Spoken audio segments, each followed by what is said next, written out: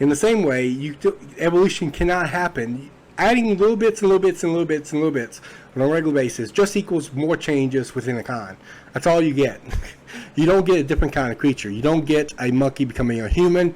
You don't get a reptile or a dinosaur or a certain kind of dinosaur becoming a bird. You don't get those kinds of changes, ever. All you would get is more changes within a kind. Always. Well, hello. My name is Brian Bowen, and welcome to Apologetics 101. Today, we're going to take a kind of a break from the Genesis series for a minute because I'm waiting for some more books to come in for my next video. And that's going to be over material creation versus what John Walton called functional creation. And I'm going to be responding to John Walton's thesis on that. And so I'm waiting for me to do a little bit more research on that before I have that video. So we're going to do a little break from the Genesis series for just a second. It's not going to be like a long, prolonged break or anything like that. But I am going to be doing this debate review between a debate between a guy on YouTube named Aquinas and the Ark Ministry. They had a debate, and I saw this on YouTube. And so I reached out to Aaron Aquinas and asked permission if I can do a debate review, of a full debate review of the whole video concerning his discussion here. He said that it would be okay for me to do it, that he would not be trying to copyright strike me or anything like that. I reached out to him. He told me to get with him on Facebook, so I did, but I have it in writing. So the material that you're about to see has been used by permission. I have his permission to use the material without worrying about copyright strikes and that sort of thing. He thinks that YouTube might, but I don't think that they will, because one thing, I'm going to probably be doing this segmented, and it's going to be a little bit edited as well. So it's not going to be straight through exactly.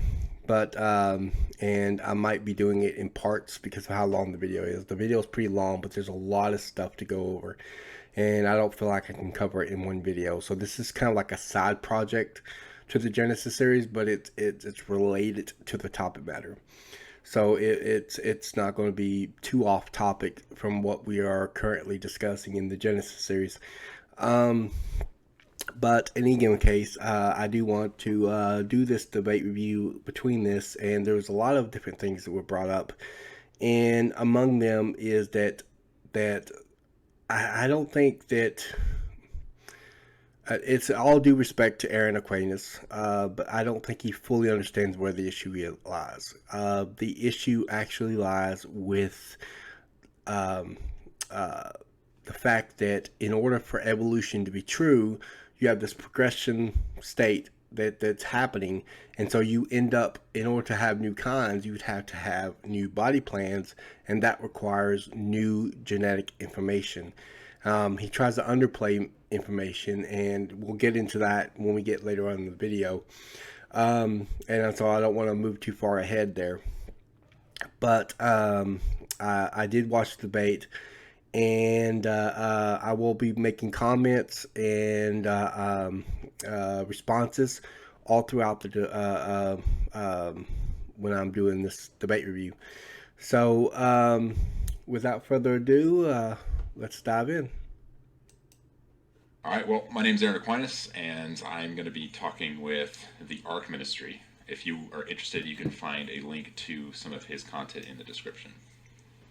So I believe you had a question for me. You were curious about how, I responded to something about evolution, I believe it was, and the young Earth creation yes. doctrine. Okay. So you were basically a theist creation, believe in a theism and creation, which is basically, evolution in creation, right? Where I think the short answer would be yes. Okay. I consider myself relatively agnostic on a few things, because this isn't really an area of expertise for me. I'm definitely not a scientist.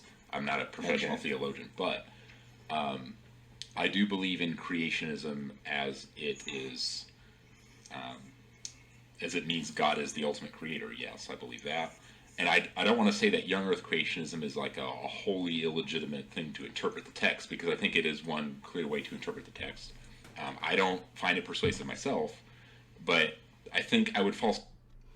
Yeah, I would sit there and definitely think that is the only way to interpret the text is the clear meaning. The other alternative interpretations don't actually consider context. But I don't know if we're going to actually get into that or not. To be honest, I haven't watched the entire video. I watched maybe over a quarter of the video, maybe more than that. The video is kind of long, so I got to a significant portion, but I didn't watch all of it. So I don't know whether or not if he gets into talking about the context of Genesis 1. But obviously, if he brought this up to me, I would probably ask him, what part of Genesis 1 do you think supports an old Earth view? He will mention that he thinks there are indicators there in Genesis 1, and I would ask him, okay, what are those indicators that he thinks that it indicates a long period of time? Because there is none. All the indicators in Genesis 1 supports that of a 24-hour period of time, such as evening and morning being attached, the use of a number with the Hebrew word yom for a day, and then there are Hebrew scholars like Stephen Boyd that have actually done a considerable amount of research into this. So you don't have to necessarily be a Hebrew scholar or study Hebrew to know all this. You just have to know that research has been done to verify this. All right, let's move forward. Somewhere along the progressive creationism or theistic evolution, somewhere in there. Okay, well, I'll just tell you a little bit about myself. My name's Kevin Sauter. I'm from the Ark Ministry. I started this ministry only about, I think it was in October of 19, so it wasn't that long ago. I'm building a 1/9 scale Noah's Ark, and what we're going to have in there is we're going to be teaching some creation science, some apologetics. There's going to be a coffee shop in there and some displays with fossils. People are donating fossils and stuff like that. So my belief is I am a young Earth creationist. I take the entire Bible literal from cover to cover. Okay. I just want to address a few things with that. Okay, let's talk about the word literal. The definition for the word literal means in its basic or ordinary sense. And it's always possible that its ordinary sense could actually be something figurative. If that's its literary style, if that's its context. That's the whole idea behind the word literal. So if Genesis 1-11 is historical narrative, it says, this is the case, then we take it as this is the case, unless we got any kind of indication in the context that would indicate differently. And so that's the object of it. So it's not something that is necessarily opposed to something figurative. Sometimes this leads to a lot of old Earth creationists strawmanning our position and assuming that we don't think there's anything figurative in it. Aaron Aquinas does something similar to that straw man, because he seems to assume that our position delimitates any possibility, any possibility of us having figurative language or anything like that. But that's a strawman fallacy. We actually do acknowledge figurative language in it. I'm not really sure about Kevin. Maybe he does. I don't know. Maybe he would allow figurative language. I assume he would. If he follows after Ken Hovind, he probably does, because Ken Hovind allows for figurative language, even though he uses the word literal. But because a lot of old Earth creationists have taken the word literal too far to what we actually mean it by, and have a tendency to strawman us and misrepresent what we actually think on the subject matter, a lot of young Earth creationists would say something different besides the word literal, not because it's a bad word necessarily, but because to try to be more precise to the old Earth creationists and possibly prevent further strawmen on this subject matter. And so some young Earth creationists will use different terms to to basically express the same thing, but in a way that they understand specifically what we're saying. Like Dr. Jason Lisle would say, literally, as a reference to it, in order to say, well, we take it based on the kind of context of the particular literature. Dr. Jonathan Safarty, who wrote Refuting Compromise, uses the words grammatical historical approach, which again, these are all saying the same things that we're actually saying, where he takes the language and the context and that sort of thing, and the literature and all this stuff into consideration.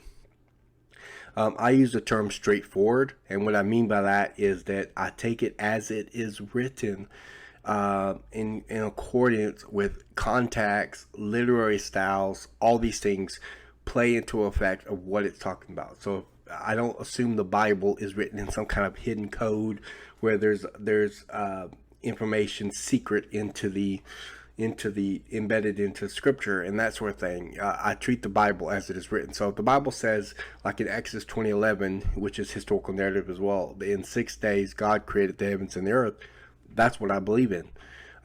There's no indication at all of using language that is metaphorical, figurative, poetic, or anything like that. This is clearly historical narrative, both Exodus and Genesis. And there's lots of evidence of Genesis 1 to 11 as history. I don't know where Aaron would stand on that. We'll see as time move forward if he has a position involving the historicity of Genesis 1 through 11. At this time, until I'm told otherwise, I'm just assuming he would accept it as history in some form. He just thinks that there's alternate interpretations until I know for sure. But in any given case, Genesis 1 through 11 is history, and so it should be taken as such. That it's historically true. And so that's how we actually take the Bible. We're not against the idea of figurative language. We've been asked many times, that whether it be Ken Hovind or whether it be Ken Ham or whoever, and we've been asked many times if we believe if there's metaphorical language in the Bible, if there's figures of speech, things like that, and we always said yes, we do believe that there are those things in the scriptures.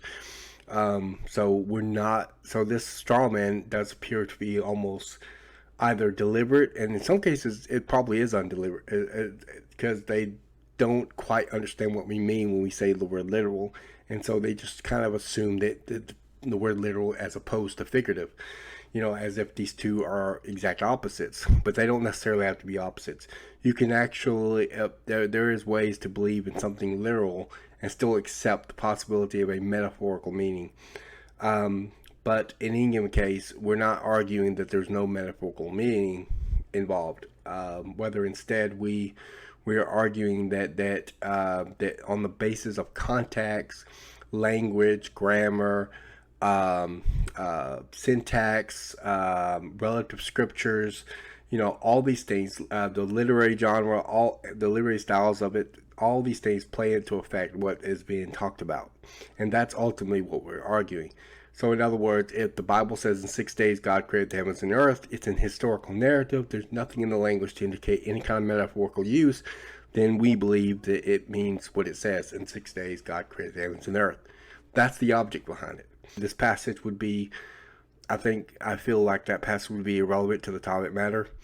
And so I wouldn't have used that to express that. Rather, instead, I would say that evolution is contrary, is conflicting what is claimed by the Bible.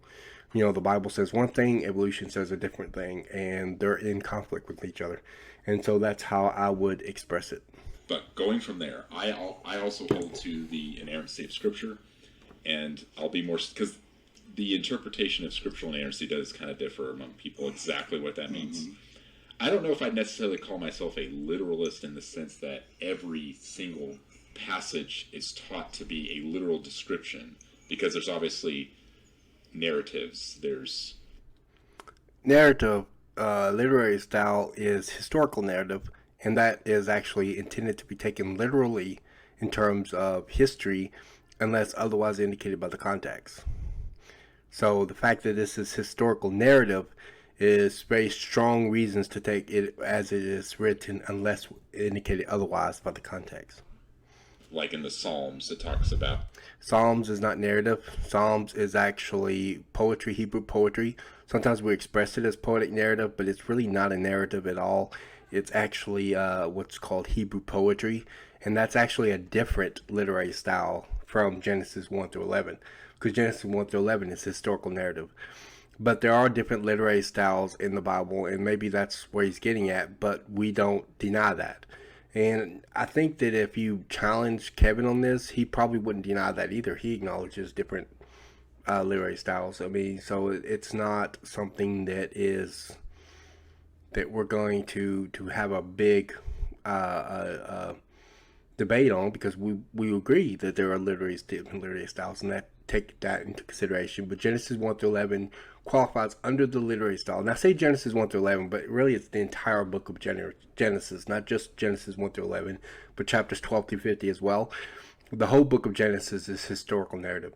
But Genesis chapters 1 through 11 is the one that tends to get attacked the most, and there's the most controversy about. There's less controversy about chapters 12 through 50, and usually most older Earth creationists would agree that it's history. Even if they don't think Genesis 1 through 11 is, they would still argue that chapters 12 through 50 is. So there's less controversy about that, and they don't get attacked as much. But Genesis chapter 1 through 11 gets attacked more, and there's much more controversy involving them. So that's why I specifically say Genesis chapters 1 through 11. It is also the reason why I have my commentary series that I'm doing right now on chapters 1 through 11. The reason is because these are the ones that people tend to have the most controversy about, and they're attacking, and the claims of gets attacked more, both by Christians and non-Christians. There's even, and I do consider it attacking. I don't think they would consider it attacking it, but it does attack the credibility of Genesis chapter 1 through 11, even if older Christians don't look at it that way. But let's continue. Several things that aren't literally describing what's happening. It's a song. Again, he's assuming the Strawman that we don't think. I don't know if Kevin even caught this when he was doing the debate, because I think if you ask Kevin about it, he would agree that there are metaphors and symbolic information. Because I mean, this is agreed widespread among universally among young Earth creationists, definitely among mainstream young Earth creationists, but young Earth creationists universally sure as well, because even Kent Hovind admits this. So so I think if you challenge that, or if he thought about it for a second, he's like, yeah, I agree, there's metaphors and there's different literary styles. So I think that he's misunderstanding our position here. He thinks that if we talk about the literality of the Bible, that means that we're opposed to metaphorical language or figures of speech or anything like that. No, we're not. But the question is Genesis 1 through 11 denoting such figurative language? No, it isn't. It's historical narrative, so it's not. Like I said, Psalms is poetry. Sometimes we call that poetic narrative or Hebrew poetry. But in reality, it's not really narrative. Narrative and historical narrative is synonyms for each other. So I wouldn't say it that way, but I do believe everything that the scripture teaches is true. So that's the inerrancy I believe in. Okay. All right, the doctrine of inerrancy. Basically, the doctrine of inerrancy just means, I mean, in a simplistic way, it means the Bible is true. But in a more complex way, it's often defined as, when all the facts are known, the Bible in its original autographs and properly interpreted would be found entirely true in all that it touches, whether that be life or social sciences. And so the object of it is that anything that the Bible touches would be true as a result of that. And I think this is a pretty universal definition of inerrancy. He may be confusing inspiration. I mean, inerrancy could mean different things with different people, but not. I suppose that someone might think like the King James Version, for example, is inerrant and no other, and put inerrancy to a particular Bible translation and that sort of thing. And I wouldn't do that exactly, because a Bible translation is a copy of the translation. of the original Word of God. When we use the term Bible, what we really mean is what was in the original text. Now, of course, this video is not about text criticism or anything like that, so we're not going to be going into those kinds of details.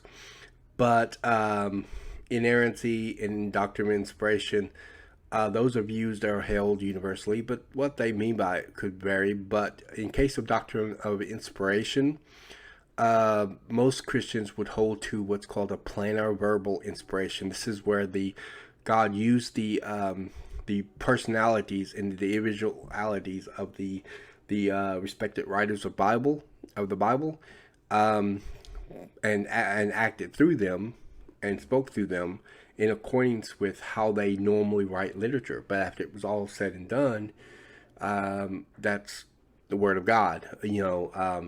So it could use their, in some cases might speak very eloquently, other cases they may speak very lowly. They use their particular writing styles.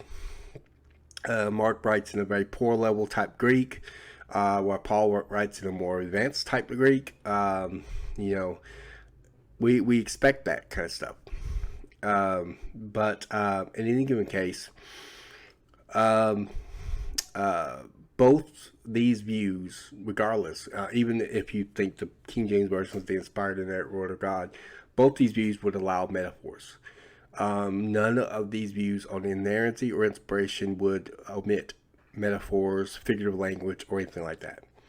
So I don't know if Aaron is assuming that the problem is him and Kevin's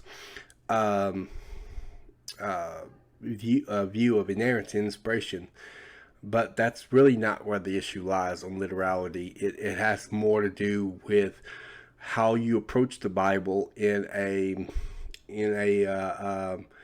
you approach it in a fashion that says that the Bible is not a kind of code that has to be figured out, a puzzle over, it means what it says?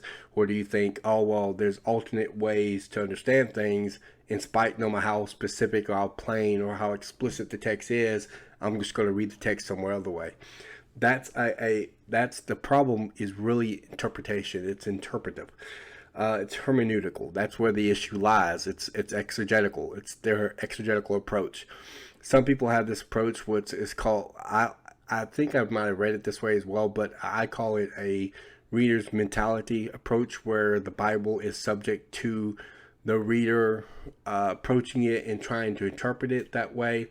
And people who seems to be approaching the Bible this way will often have the mentality that if there's alternate views that different people might come up with, that means it might not be as point blank or as explicit as people think it is.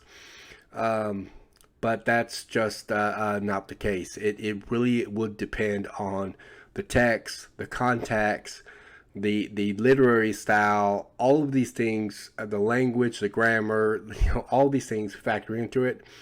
And we can factor in relative scriptures as secondary as well. And so all these things are going to factor into how you understand a particular text.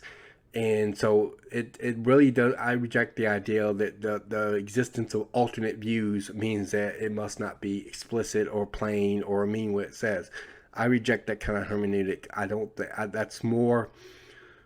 that tends to lead to more eisegetical type views, where you kind of commit eisegesis, where you're inserting typical views. So I can understand why someone would want to believe that.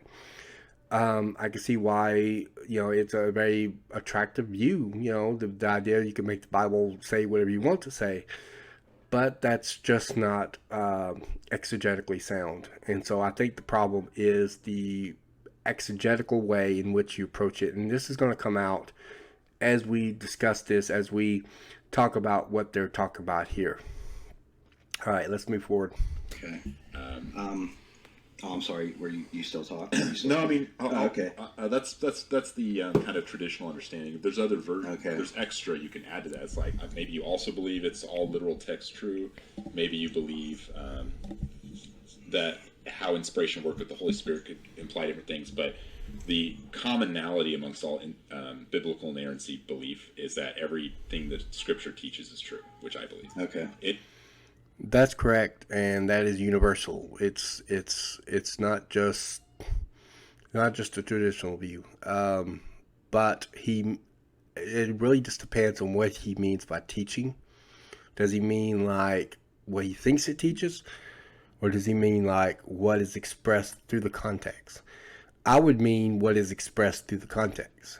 Um, Obviously, the scriptures could teach a particular passage or a particular truth claim is true, um, uh, without it being necessarily explicit, but it has to sit there and be very clear in other ways. But either way, I think the Bible, for the most part, I think the Bible is straightforward. I mean, there are times when, it's a little bit vague, but it's vague to us because we're not really sure as the interpreters. But for the most part, it's very clear in its teaching and in what it says. Um, uh, I reject the idea of just treating the Bible like it's a code. Like it has to be puzzled over and figured out and wrestled with and treat it like, yes, it says this, but it may mean something different. I reject that kind of hermeneutic. He may possess that kind of hermeneutic, but the issue is going to be hermeneutics. It's going to be exegetical. It's not going to be on the doctrines of inerrancy and inspiration, because most Christians usually agree on those. Insofar as the original was written, of course. So what do you think about the 6 days of creation? Is it 6 literal days? So I'm not persuaded of that, at least not at the moment. I did used to believe that. And I see how that interpretation can be brought. I'm not as persuaded of that as I used to be for a couple different reasons. I won't give a huge paragraph, so I'll just summarize it quickly. I'm not convinced that the data in the first chapter of Genesis is explicit enough that it's trying to describe the verbatim events as they occurred. I think there's indications in the text that suggest it's not talking about a 24-hour calendar day. And even if it used that word, that there's examples in Hebrew and other languages as well, where you can use a word that literally means that as a symbol for something else. All right.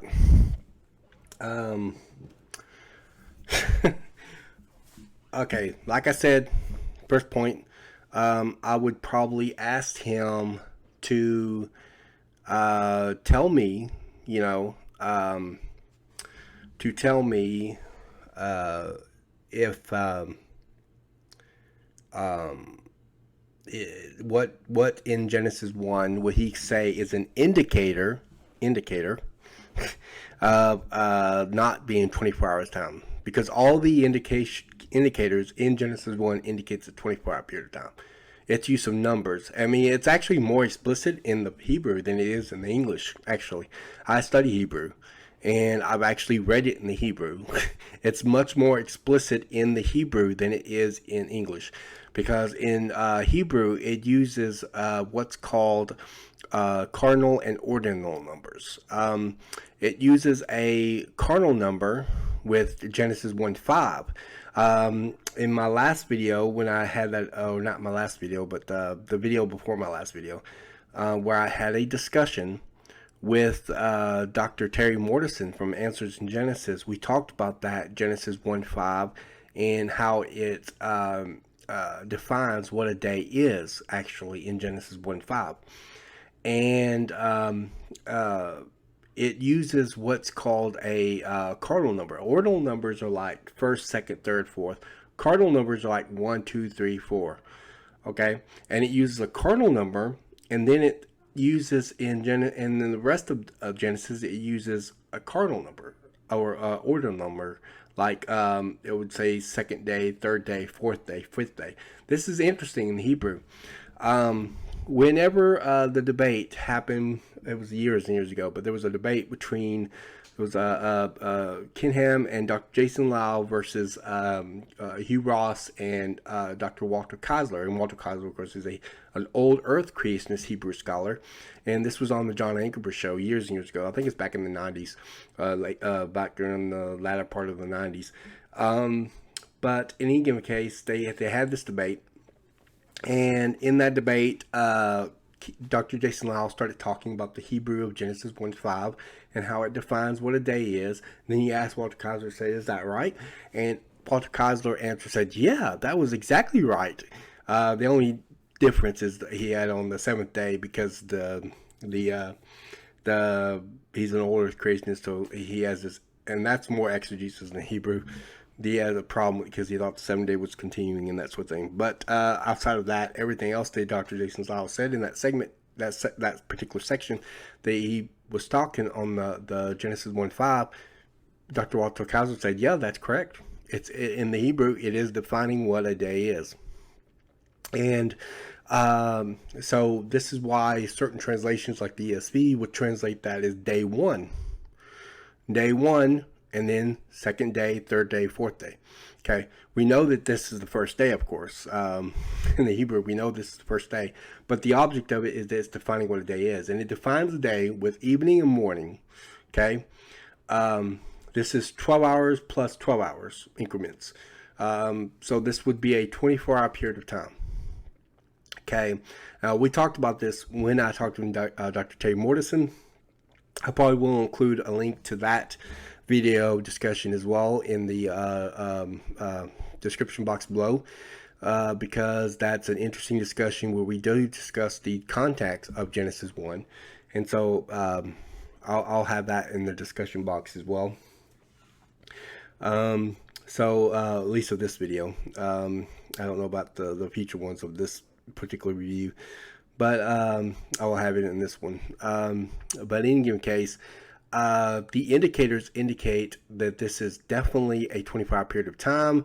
It's defining what a day is in Genesis 1:5. Cardinal and ordinal numbers are used, and numbers are always used with the Hebrew word yom in reference to a 24-hour day. This is acknowledged by Hebrew scholars like Stephen Boyd and so forth.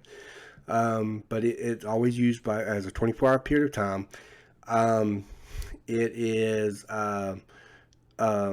also has evening and morning with it, which are boundaries that are placed in it that indicate 24-hour periods of time. Anytime evening and mornings are used, anytime numbers are used, it always means a 24-hour period of time. Now, in one of the definitions of yom, it can mean a non-literal meaning. There is a non-literal definition where it can mean like an indefinite period of time, and he also tries to latch onto this. This is, and I think that Aaron Aquinas may be latching onto it as well. This is a word study fallacy called unwarranted adaptation of a semantic field. This is when you take all the possible meanings of a word and you take it to a given context, but the context actually which regulates what independent meanings are. So because the context regulates the independent meaning, it doesn't actually mean that figurative meaning.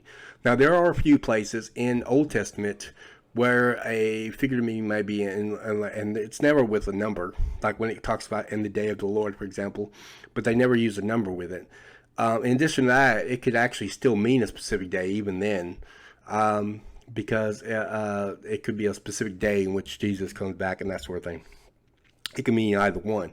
In addition to that, the Hebrew word yamim in Exodus 20:11 actually is the plural form of yom. It means days, translated days, when it talks about the days of creation.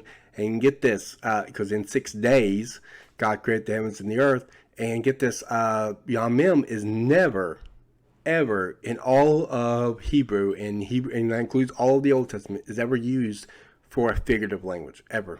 It's never used that way. It's always used as a literal meaning to days. And so this is very important because there's no way you could ever interpret that as meaning long periods of time. So if he wants to argue that he thinks that there's indicators in this text, I would challenge him at this point. Show me where the indicators are, because there is no indicators at all of a long period of time. He says that there in Hebrew there are certain places, words. That's right, but that's a red herring. The reality is that you have to go to the context of Genesis 1. Show me from the context of Genesis 1 where the Hebrew word yom is used in a way that expresses something figurative or non-literal. And even in most contexts of yom, you don't use it that way. Like when when Joshua was asked to, or commanded by God to go around the city of Jericho 7 times, blowing the trumpet 7 times, 7 days, and the wall of Jericho fell, and that sort of thing. It says they went around the wall 7 days. Now, you didn't go around the wall 7 million years.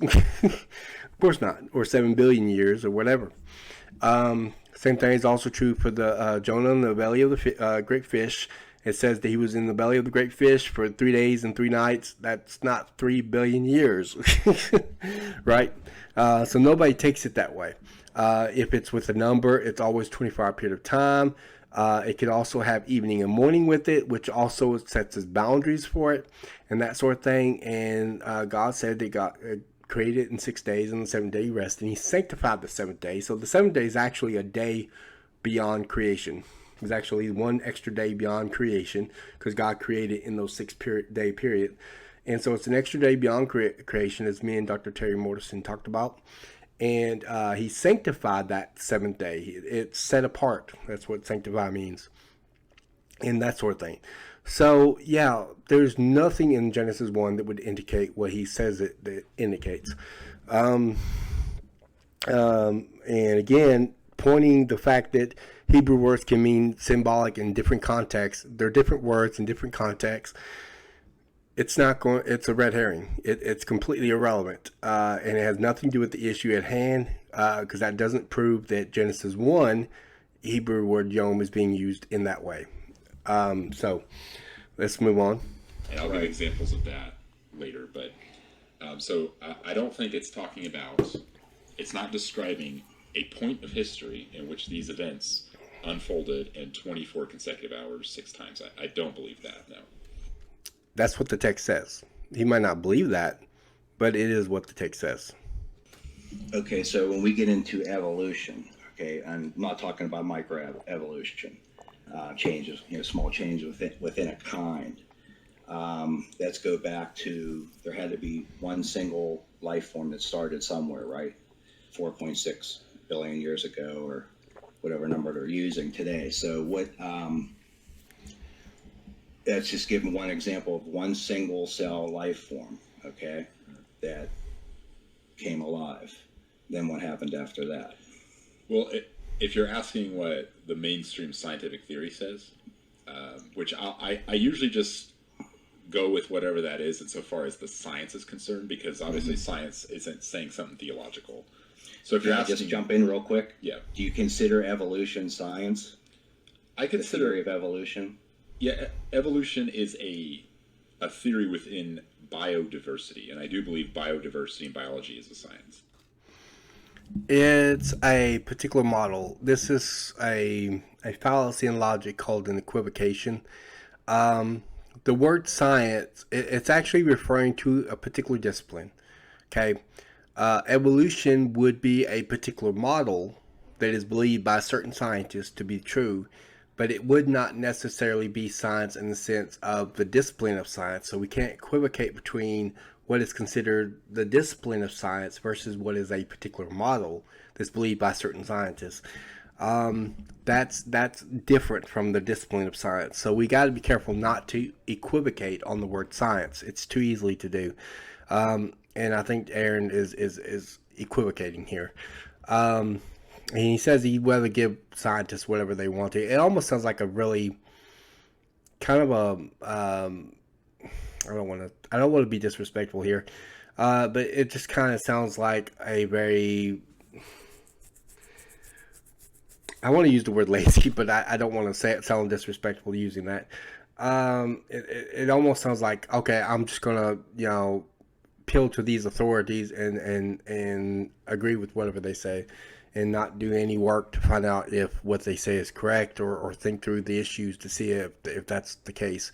Now, he may not be saying all of that. Possibly, if I was talking to him, maybe he would say, oh, yeah, I agree, we should think through it, that sort of thing.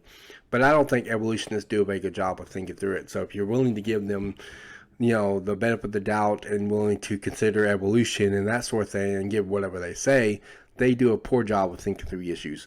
That's why they have so many fallacies on it. That's why they get accused of so many fallacies on it.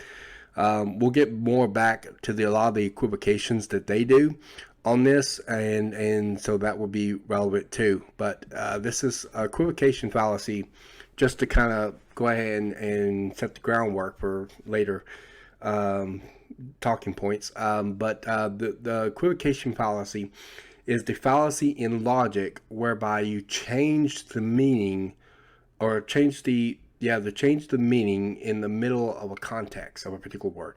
Like certain words can mean different things and be understood as different things to different people. And so what happens is that you change the meaning of it in the middle of context. And evolutionists do this a lot with the word evolution, but we'll get more into that later. I don't want to cover that at this point. But it does seem to me that Aaron is equivocating on the word science here. And let's make sure we understand that. And it wouldn't be under biodiversity. He may be thinking because he later seems to indicate this as well, where you have variations within a kind. This is not evolution because nothing new is being added to genome. But again, I don't want to move too far ahead. There's so much more I need to cover, but I want to cover in its appropriate time. And what I just said there would make a little bit more sense. But when I do discuss it, but as far as it being science, I would classify it as a particular model that's believed by certain scientists. You could argue that a model is science in some sense, but you have to understand something. Models, there are conflicting models that exist out there. Like the steady state theory, for example, is a model. The Big Bang model is a model, and these two are in conflict with one another. So there are conflicting models. You can challenge models. You're allowed to challenge models, and models don't necessarily represent absolute fact. It just represents what you're trying to use to explain facts or known data or whatnot. So it doesn't necessarily have to represent absolute fact in that sense. That's why they can have conflicting models. That's why you can challenge models. Now, of course, evolutionists, and I've debated evolutionists in the past, they tend to hold to the theory of evolution almost religiously. I don't know if he does or not. He may not hold to it religiously, but evolutionists tend to hold to the theory religiously to a point where it's almost like they don't even want you to challenge evolution. You're a heretic for even challenging evolution. And I think that any model that's believed in science to be true needs to be challenged. That it is subject to challenge. So I don't think that just because someone believes that's the case, that automatically should be set in stone and we cannot even begin to challenge it. Because the whole nature of science is that we can challenge such models. But so I think it's interesting to point out these kinds of distinctions, because right off the bat, we know that evolution would not be science in the same sense as the discipline of science. It would, and it really wouldn't be qualified in empirical science. So you may be equivocating between that too, because there are actually two different kinds of science. There's empirical science, and then there's what's called historical science. Historical science involves things in the past, which you always have to apply your assumptions. You always have to interpret the data, etc. Then you have to interpret the data even in empirical science, but there's less assumptions involved because we have it right in front of us. We can observe things that are happening in the present and that sort of thing. And so I would classify evolution as historical science. So it's science in some sense, but it wouldn't be the same as empirical science. But it'd be too easy for an evolutionist to, and they do, equivocate back and forth between empirical science and historical science and assume that historical science is the same as empirical science and it's a concrete fact that these things are happening. In biology, I would not actually classify evolution under biology because of the fact that biology is empirical science, whereas evolution is really not empirical science. It's really more historical science. And so that's an important distinction. That's an important classification. And so I wouldn't classify it under the same as empirical science. So Aaron does appear to be equivocating in multiple ways. Later on down the road, he will seem to identify evolution with empirical science, which is not empirical science, as we move forward. All right, let's continue. So in every respect to evolution, including chemical evolution, cosmic evolution, stellar evolution. Evolution, in the biological sense that is claimed, requires new information in the genome to create a kind of a progression of body plans, because you got to have body plans, you got new features that are forming as a result of new information being added to the genome as it moves forward. That's how I would describe evolution. Before you can have anything involving evolution, you have to have the first cell form. You'd have to have non-living chemicals producing living chemicals, and going into and being able to establish life initially from non-living material, and be able to do this and be able to establish the first origin of information in the first place. You know, the way startup information, you'd have to have that initially before you can do anything else.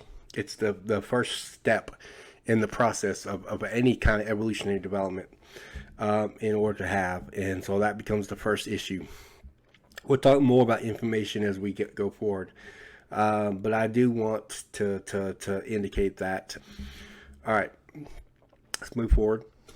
Yeah, I pretty much let the science have whatever they're claiming, right? Okay. Insofar as it's I'm science, not real. I think there is a lot of, on both sides, on both theism and atheism, there's a lot of incorrect analysis on the philosophy of science. And I think the atheist oversteps their bounds in their scientific assertions. Like, they'll say something about science, saying, like, well, science says this, and then they'll make a sort of metaphysical inference from that to say, therefore, there's no God, and I don't think that follows at all. So when I'm talking about science, I'm talking about purely what the empirical data shows, because that's what science is. Any extra step about the nature of reality that goes beyond physics, I don't believe follows from just because you're not doing science anymore. So all right, I'm going to tell you what my philosophy of science is. I don't think it's possible to do science apart from God. And let me explain why. I'm not going to make this video about presupposition apologetics or transcendental argument. I've got a different video on that with Dr. Jason Lisle. It's a pretty popular video, so go check that out if you want some more details on that. But the reality is that God would have to exist in order for us to know anything at all. But science is predicated on the existence of God, such as the regularity that we see in nature, the fact that patterns are discoverable by nature, we could trust our senses, the laws of logic, justification for the laws of logic. These kinds of things all are used by scientists, and they depend on them, they rely on them. But they would not be the case if God did not exist. So God is required for science to be true. So I don't think you can really do science apart from God's existence. But some people have kind of like a methodological, what William Lane Craig called in his debate with Bart Ehrman, a methodological atheism, where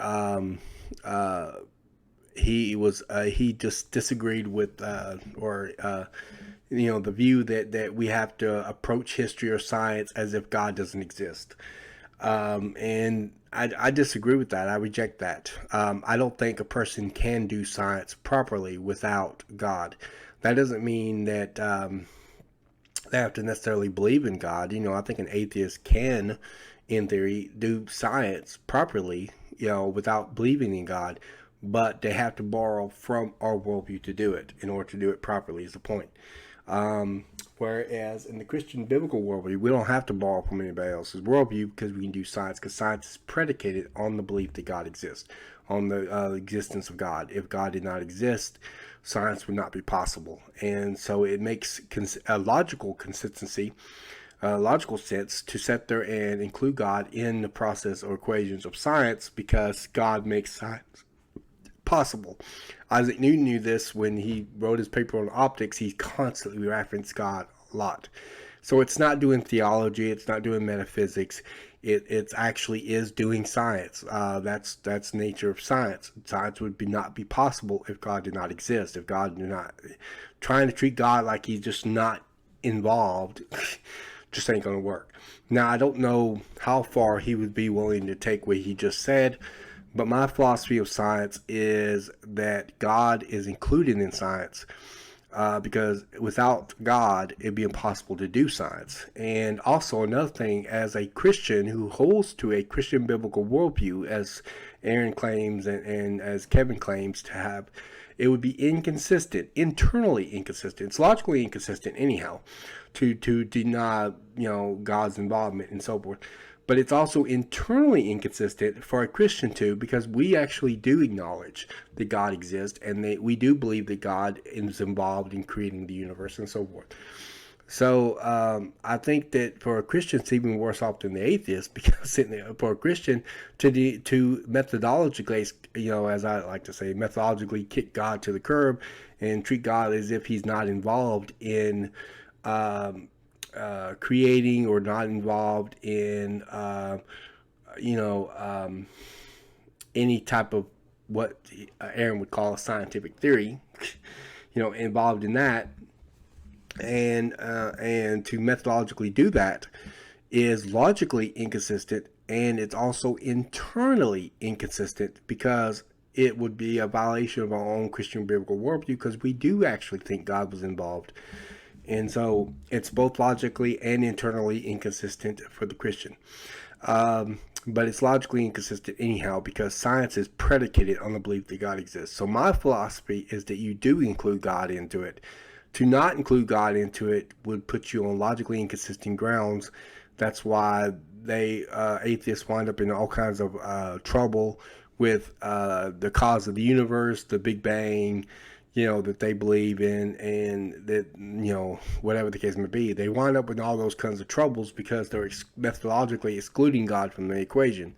But yet, there's no way to do that consistently and logically, and because you wind up with all kinds of issues. But that's my philosophy of science. So I do think that the philosophy of science will detect it, and I think he must have indicated as well. That's why he expressed his philosophy of science. But I do think that the philosophy of science is going to depend on your interpretation, because for one thing, he'll take the whole universe back to a point, and he says that's what science can do. No, science can't do that to begin with. Can't take it back to a point. This is because you have to apply assumptions to the data, right? So you see the universe expanding, it was in the past smaller. Okay, that's logical, but it's not really science. Necessarily, because you're going in the past, and so this is more historical science. But you say it takes all the way back to a point where you're assuming it goes all the way back to a point, and that's only if you methodologically exclude God. But if God is part of the equation, if God is the one creating the universe, as all three of us would agree, then then there's no reason to believe that God could not have created with size and expanded out from that point. You only can take it back to a point if God does not exist. Now, the atheists don't believe God exists, so of course they're all for taking it back to a point. But the Christian, it would be really inconsistent for us to take it all to a point, because we do think God exists. So that's only the case if you assume that the universe, that God does not exist, and he goes back to a point, which we don't assume. God does not exist. We think there's good reasons to support God's existence, and I think Aaron thinks there's good reasons to support God's existence. I think he does believe in a creator and so forth. So there's no reason to take it back to that point. But science doesn't say how it began or what the cause was outside of physics, because that's just not science, right? Well, science doesn't say anything. That's the reification fallacy. The reification fallacy is in a logical argument. Reification can be used in poetry and things, in figurative language and things like that. But in logical argument, reification is always fallacy. And so science doesn't really say anything, because science doesn't have a mouth to speak with. Scientists make claims. And so this is the reification fallacy. So I think there's some wires that are getting crossed really quick in this debate, and it's becoming kind of obvious as we move forward that they're not understanding. I think part of the reason is because Kevin is not really talking very much. He's trying to be polite. I know what he's doing. He's trying to be polite. He's trying to be respectful, and I believe in being respectful. I believe in polite. I'm glad this is a respectful conversation. The problem, however, is that Aaron is spending about 30 minutes talking, and you won't see this at first because we just barely started. But as time goes on, you'll see him talking a lot more than Kevin is, and Kevin isn't talking much. He's asking one or two questions here and there. He's responding a little bit. Like I said, I didn't watch the whole video, but what I did watch of him, he was mostly quiet, and Aaron did most of the talking. If me and him debate, I would tell him straight off the bat, you're not going to have that luxury with me to talk about 30 minutes before I say a word. Kevin's got patience I could only dream about. I don't know how he did it, without having to respond very much in that course of that time. But he exercised a lot more patience than what I would have had. I would have wanted to respond after 10 or 15 minutes of him going on a rampant there. And so I don't think that there's evidence that it started at a Big Bang. In fact, there's actually a lot of problems with the Big Bang Theory. There are a lot of scientific problems, a lot of biblical problems. I went over those in my video with Dr. Jason Lisle on the origin of the universe in the Genesis series. So please watch that video. I will be linking it in the description box below. So enjoy yourself, watch that video. It is really good, where we go over all these problems, but I won't be really going over much here. They don't talk about the Big Bang much, but they talk about it a little bit. Your inference, like, okay, well, what's the explanation, depends on your sort of metaphysical presuppositions. Do you believe that still needs a cause? Do you believe it doesn't? Do you have a sort of causal principle? I do. It's going to be affected by presuppositions anyhow. The Big Bang Theory itself is a presupposition. And so there are presuppositions involved constantly, and everybody has them. Evolutionists have it too, as well as theistic evolutionists and so forth. Just because they're scientists don't mean they don't have presuppositions. He seems to assume that the presuppositions thing starts before the Big Bang, as if the Big Bang itself is not presuppositional, but it's presuppositional too, because that assumes uniformitarianism. It assumes sometimes it even assumes it actually assumes naturalism, the things that naturally occurred, such as naturally forming stars over time and that sort of thing. And so it assumes naturalism. It assumes deep time assumptions, billions of years, and that sort of thing. But for the sake of, but everybody is assuming something in this process of the discussion. So it's not just, the assumptions don't start at the beginning of the universe. They start everywhere. It's the Big Bang Theory, the Big Bang model. It's questionable. It's challengeable. It's easily challengeable. And people who know the data and know the facts can challenge it. And I would not use a piece of evidence that's that questionable, that's easily challengeable, and that's based on that many speculations, because you got inflation theory, you've got dark matter, dark energy, you got all these speculative this hypothetical entities that are part of this theory, and it's primarily a speculation about the past. There's no actual proof that it happened that way. None. There's no proof that it happened with the formation, no proof that it happened with the formation of the galaxies, the stars, the solar system, the moon, the sun. There's no evidence at all of it happening that way that is described by the Big Bang Theory. It is 100% a speculation about the past. I know that they believe in it.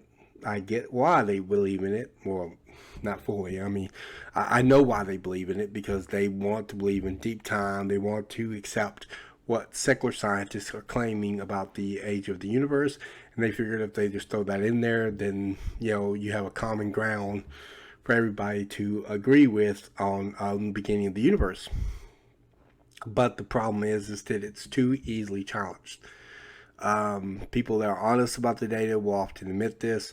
Old Earth creationists don't want to be honest about the data because they hold to the Big Bang Theory religiously. Just like evolutionists hold to the theory of evolution religiously, they hold to the Big Bang Theory religiously. All right, let's move forward. The beginning of evolution. And you're talking about how you can explain it. It's easy to explain microevolution, long-haired dogs, short-haired dogs, stuff like that, different environments, adaptation. Microevolution is basically adaptation, right? Yeah. So what about macroevolution, where something changes out of its kind? It had to in the past. At some point, this single cell organism had to change out of its kind and change into a different kind. It had to. There's no other. How do you see it from the beginning? That's always my question. I'm not really concerned about something evolving and changing, looking different, or being in a different environment or a different, adaptation. I'm always asking the question, how do you get it to change out of its kind? Because just like God said, you give forth after their kind. That's all we see. We never see anything change out of its kind. Just like breeds of dogs, right? We mix them with everything, every dog we can, and it still comes out a dog. They really don't look like dogs anymore, some of them, but they're dogs. So how can you have evolution if it can't change out of its kind? Now, here I think Kevin is trying in some way to redirect the conversation to what the real issue is. Although I think it's not just about whether it changes out its kind, although that's a big part of it. But the object of it is the direction of the change. It's the kind of change that's being claimed by evolutionists that's the real issue. And during this course of conversation, I'm not entirely certain Aaron really understands what the real issue is. Most evolutionists usually don't. They usually think it's just simply a matter of something changing. You got smaller changes, within a kind. Eventually you'll lead to different kinds of creatures. And he tries to dismiss the whole information argument we'll get into here in a little bit, and Kevin does bring that up.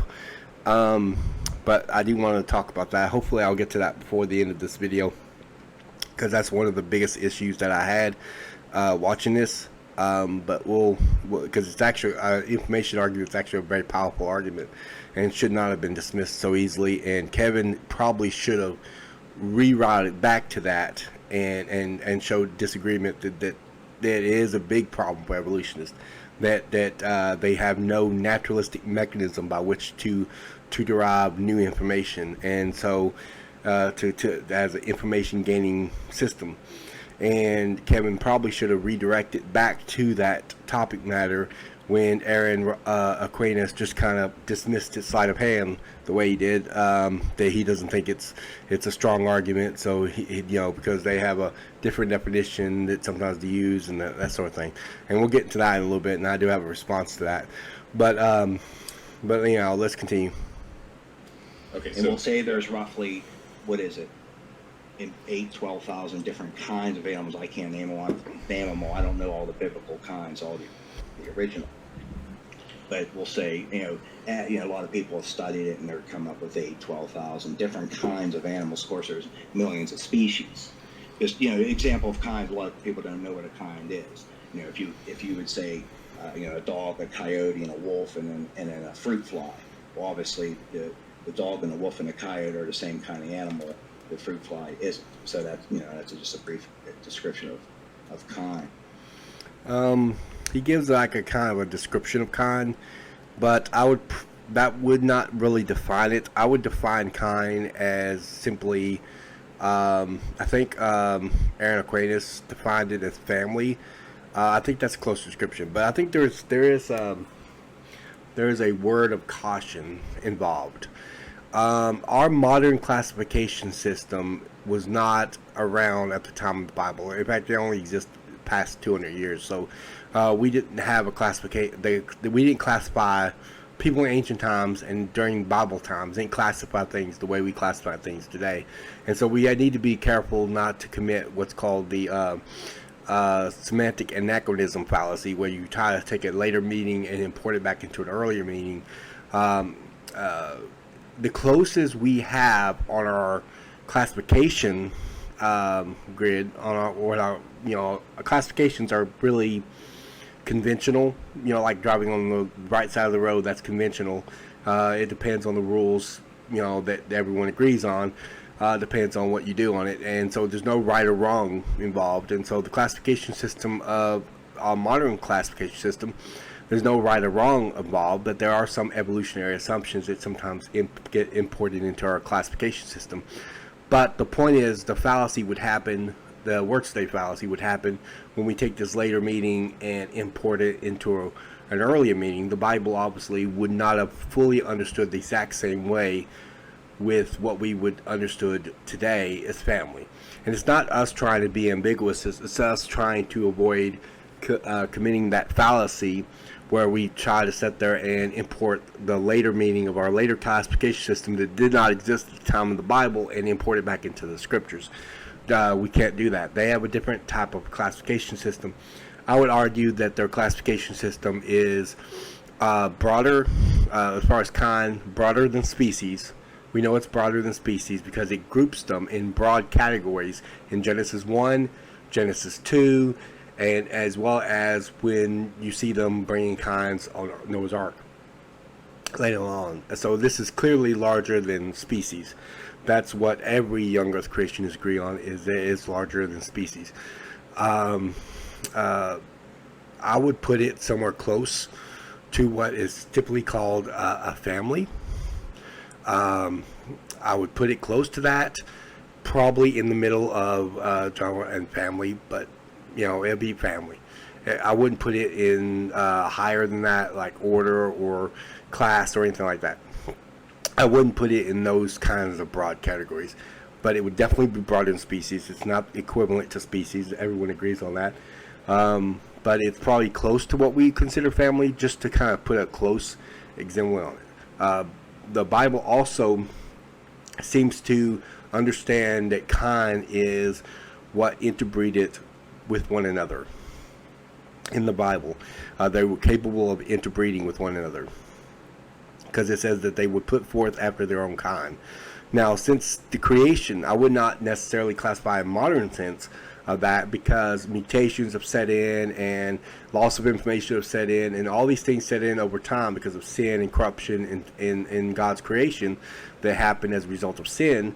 And so this has caused loss of information, and so some animals are incapable of breeding with their own kind. They talk about this later. Foxes, for example, can't breed with their own kind in the family group known in our classification system known as Canid, and they can't breed with their own kind. So we got to keep in mind we can't always classify it that way, because when God created them, He originally created them to bring forth after their own kind. But in the eventual scheme of things, because of the sin, corruption, and that sort of thing, and loss of information, all these things kind of that went after sin came into the world, that some kinds would be incapable of breeding with one another. And so they're still part of the same kinds in the biblical sense, but they can't breed after their own kind because of sin came into the world and created that those mutations and loss of genetic information over time, and now they're incapable of doing that. And that can happen. But he'll talk about that as being outside their own kind, but no, nobody ever speaks of them as being outside of their family group, even in modern classification system. But again, we'll get to that whenever he begins speaking about that. But as far as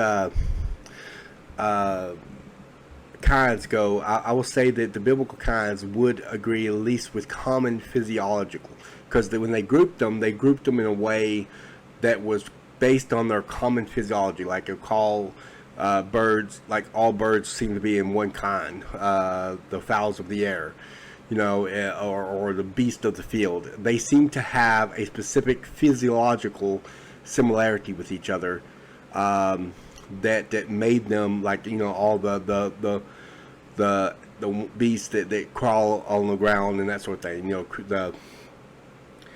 whatever you want to say, the crawlers or whatnot, and all of them are grouped in these common physiological similarities. And so that's what the Bible is describing as a kind. And so that's what a kind is. It's not us being ambiguous, it's us trying to be careful not to assume that in an absolute definite sense it's exactly what we have in our modern classification system, because our modern classification system is only 200 years old. It's conventional, and it's not exactly what the Bible has in mind, because it didn't exist at the time when the Bible is describing kinds. So we got to be careful not to import that later meaning into it. But I would say that would be the closest modern illustration to what we mean by kinds. So that's the question I always ask. That's the one I want to know, and then after you can give anybody can give a good description, and I think the argument's pretty much over, because now you can explain how something can change out of its kind. Yeah. So if you're talking bioevolution now, I think I have an answer to that. And by the way, my answer is not like original. I didn't come up with this theory. But there's a few things that I think we would have to lay out as a foundation before we start there. And one is what we're considering in our background information. So when I say maybe I point out a certain piece of evidence or a reason to believe something, right? Our ability to interpret that will depend on what exists in our background information of the world. So let's say I give a certain explanation of natural selection, that would require a certain amount of time, right? Let's say 1 million years. And if you believe the Earth is like 6,000 years old, in your background information, that's automatically off limits for you. Like, you can't believe that. So some of what I say is going to depend on the background information. Okay, my background information is the Bible. And the evidence from Scripture indicates that the world is not millions of years old. And just because someone claims it's millions of years old doesn't make it true. And so you got a lot of opinions out there. And this is one of the things that I try to get people who I debate to understand, that to try to be critical thinkers. You know, if someone says, hey, this rock right here is billions of years old, how do they know it's billions of years old? Did they, scan it with their tricorder? Did they beam me up to the Enterprise to get them to test it for them? I mean, did they take a time machine? They go to Hollywood, hotwire the DeLorean, and take it back in time and see for themselves? Exactly how do they know it's billions of years old? They just say that based on their evolutionary assumptions. So he may be, when he says background information, what he may be saying is assumptions.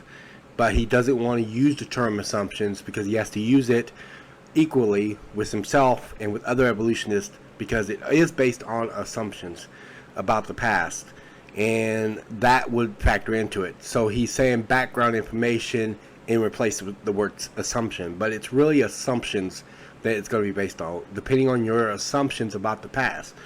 My assumptions obviously are not the same as Aaron's assumptions, and Aaron's assumptions is not the same as Kevin's assumptions, and we all have different assumptions.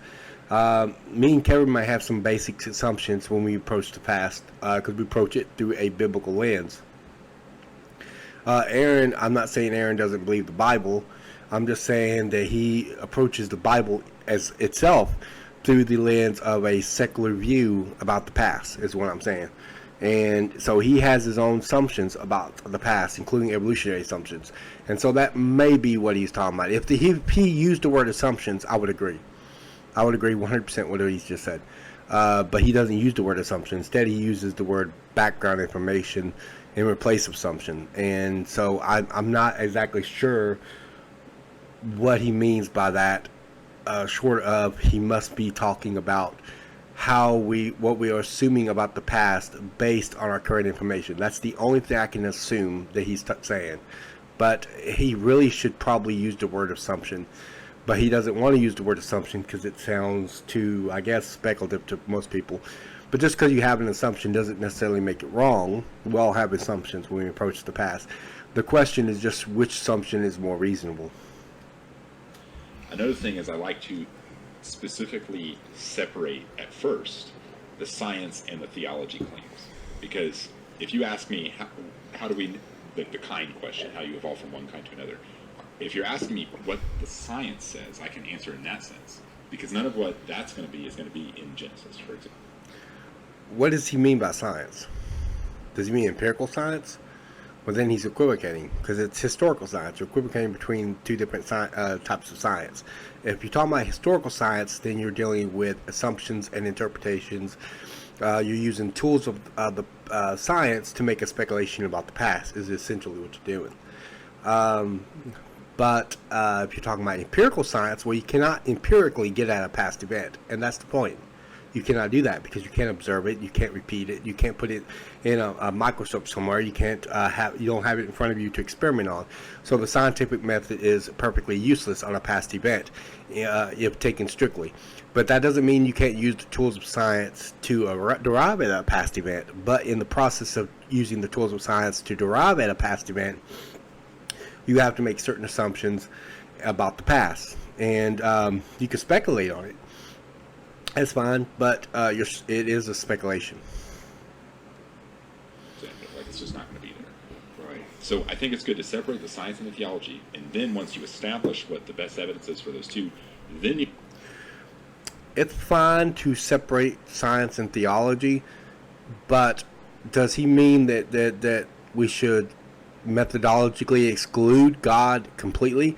Because then there's, again, we have to presuppose God to do science consistently, because otherwise we will be logically inconsistent, since God is what makes science possible.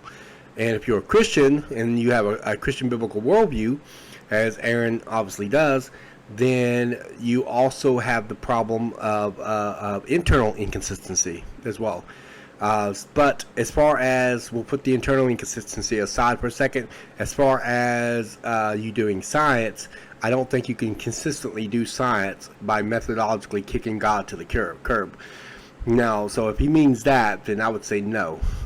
If you want to distinguish what you believe theologically from what you believe by science, that's fine, but you have to understand something. We interpret the evidence based on certain views that we have, whether that be theological or anti-theological beliefs. Evolutionists interpret the evidence based on their anti-theological beliefs.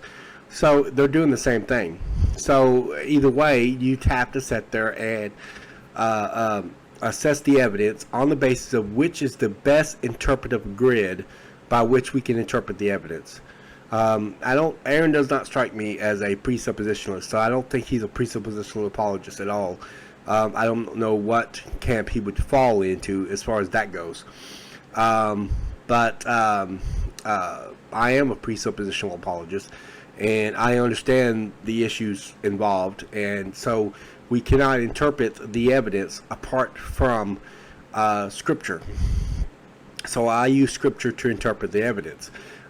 Secularists use the secular views to interpret evidence. Theistic evolutionists use secular views to interpret the evidence and the Bible. And I would disagree with doing that, because that always leads into eisegesis as a result. But understand something. Just because we got two different disciplines involved, science and theology, that would not necessarily mean that they're completely distinct from one another. Just as history and theology may have some overlap, so does theology and science. So we can't always sit there and completely separate them in an absolute definitive sense, and both could be true, and both agree with each other. But what does he mean by science? Is he talking about the evidence, scientific evidence, which I would assume he was talking about, because the way he's saying that, or is he talking about the what scientists say is true? Now that is a huge distinction that needs to be made, and because there is a difference between what the scientific evidence shows versus what is claimed by the evolutionists.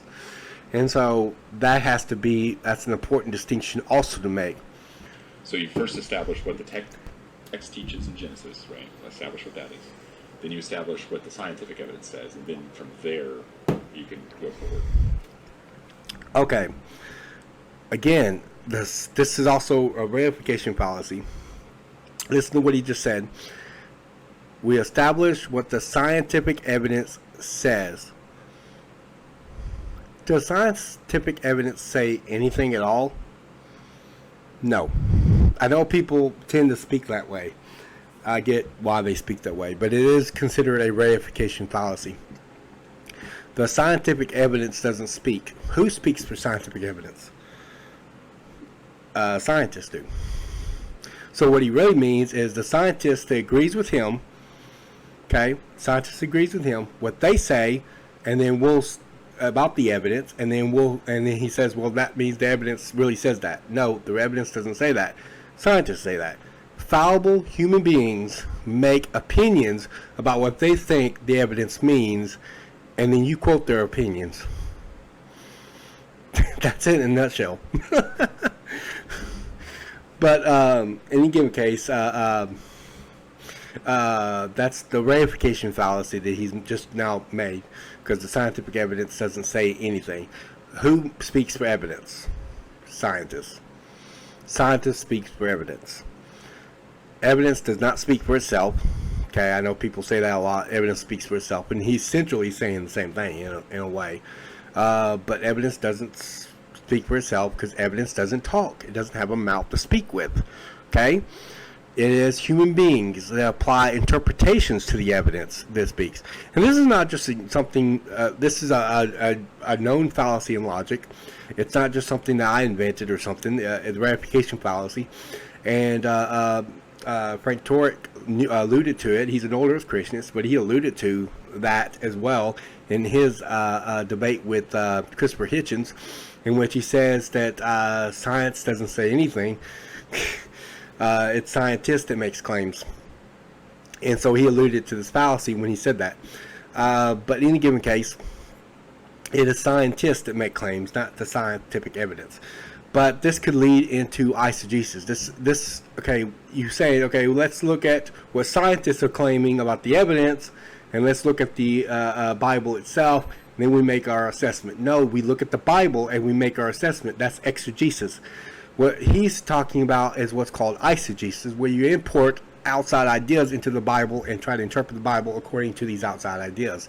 That is not proper exegesis. In fact, it's not even exegesis. It's not just bad exegesis. It's not exegesis at all. It's eisegesis, which is the polar opposite from exegesis, because you're importing outside ideas into Scripture. And so we have to be careful not to do that. All right, let's move forward. But so from there, I can answer your question. At least I'll give my answer. Okay. The first thing I like to do, there's this, he's pretty prominent, at least used to be. His name is Francisco Ayala. He's a professor at, I forget which university. He's a pretty popular evolutionist. He's also Christian, but he's like a different flavor. And he distinguished between 3 different types of meanings for the word evolution when we're talking about biology. The first one, like if you ever heard the phrase evolution is a fact, what that actually means all the time. Yeah, what that means is the first definition, which is that organisms today descended from earlier organisms with modifications. That's like the most simplistic definition of evolution. That's what people mean when they say it's a fact. Even I would disagree with that. I understand he says that, but most evolutionists would not say that. When they say evolution is a fact, they mean the whole shebang. Because here's the thing. Evolutionists equivocate on the word evolution. What's called the equivocation fallacy. That's a fallacy in logic, not a word study fallacy. It's a fallacy in logic, whereby you equivocate on a particular word, term, phrase, a reference, and this happens when you change the meaning in the middle of a context. You go from one to the other. Okay. People do the same thing with evolution. They do it also with descent with modification, actually. They'll go from descent with modification, which nobody disagrees with, and then they jump to common ancestry, which is disputable, which is easily challenged. And these two are not the same thing, okay? And so people will equivocate on that, and that's why evolution is easily equivocated. I refer the term biodiversity in reference to variations within a kind, but when it comes to changing from one kind to the next, now you're different. You're going in a different direction. So the issue is the direction, the direction or the kinds of or the type of changes that are being claimed. It's not just the fact that organisms change. If it was the fact that organisms change, there would be no controversy. There would be no debate at all. We'd all agree. Organisms change over time. Nobody disagrees with that. Nobody disagrees with descent with modification. Young Earth Christians do acknowledge descent with modification. We do acknowledge that. We acknowledge variations within the kind. we acknowledge that. Kevin appears to be acknowledging that we do agree that there are variations within a kind. What we differ on is the type of change that's claimed by evolution, or you can even say it like what Dr. Jason Lisle said in an article once, the direction of change. I often like putting it this way. Let me put down my microphone for a second. I like saying it this way. Okay, you got vertical changes and you got horizontal changes. What evolution claims is horizontal changes between the kinds, and vertical changes is what we actually observe. And they try to equivocate and go between vertical changes to horizontal changes. In order to do that, there has to be something added into the genome to make that happen. Okay, so if you were to take, if you look right here, I have both of Charles Darwin's books. Okay, I have both of his books right there. One is The Origin of Species. It originally was called On Origin of Species, but they changed it later with the and called it The Origin of Species. And then the other one is Descent of Man. That's his other book on evolution. That's the one that really comprises his most prized views and the ones that are well known. A lot of times people wonder, where's all of the stuff about man's evolution claims and things like that? It's in this book. And that was one he wrote 10 years after he wrote the other one. But in any given case, that's the issue is a type of change they're claimed by evolutionists, and I would disagree. And when they equivocate on the word evolution, they equivocate on it. They do ultimately mean what they call macroevolution. They distinguish it between microevolution and macroevolution, but they really view microevolution and macroevolution as two forms of the same coin, two sides of the same coin. And so they equivocate between that. They also argue in a circle because they assume that the variations in the kind eventually lead to the major classifications of creatures. But that's what they that's what they need to demonstrate. They can't just simply assume that. They have to demonstrate that. And they do not have any kind of demonstration of that. All right, they may believe that that's to happen, but that's their belief. That's not anything beyond that. And so they equivocate on it. So when they say evolution is a fact, that is false. Now, understand something. I don't consider variations within a kind to be evolution. Okay, I know that's what they believe it to be the case. They believe that to be evolution, but that's not evolution. What that is it's more of a kind of biodiversity that occurs within a kind, and there's no new information is being added. So young Earth creationists typically don't consider that evolution, because it's no new information is being added, no new body plans. We'll get into more on that in a little bit. But no new stuff is being added to genome. All right, so that's not actually evolution. That's more adaptive variation. That's where you got creatures that are adapting particularly to a particular environment, and that often lead to where a population, like if you spray a pesticide in a population of bees, the ones that are resistant to the pesticide will go on to breed other bees that are resistant to the pesticide as well, while the ones that are not resistant to the pesticide would die out, right? And that's called natural selection, but it's not evolution. In fact, it's actually if understood properly, and he'll get into this later, because some way he'll sit there and say that, but then he'll confuse that later with the subject of evolution. But in any given case, the point is that when you have that loss of information, that's a loss of information. So that goes the opposite direction of evolution. So properly understood, that's not evolution. And so evolution, true evolution, Charles Darwin in his books believed that the changes were unlimited. They were limitless changes. There was no boundary to changes. In fact, one point, I believe it was in that other book, the Descent of Man here. This book right here, I believe it was in here, that he said that he thought that the organisms over time moved like plastic. That the changes happen so frequently and so fluidly that and without boundaries that it was like that it molded the creatures like plastic. In fact, Charles Darwin himself wondered why the fossil record didn't support this claim, because he assumed the claim is true anyhow, and he went on to believe it and thought that maybe future evidence would be vindicated, help vindicate his arguments.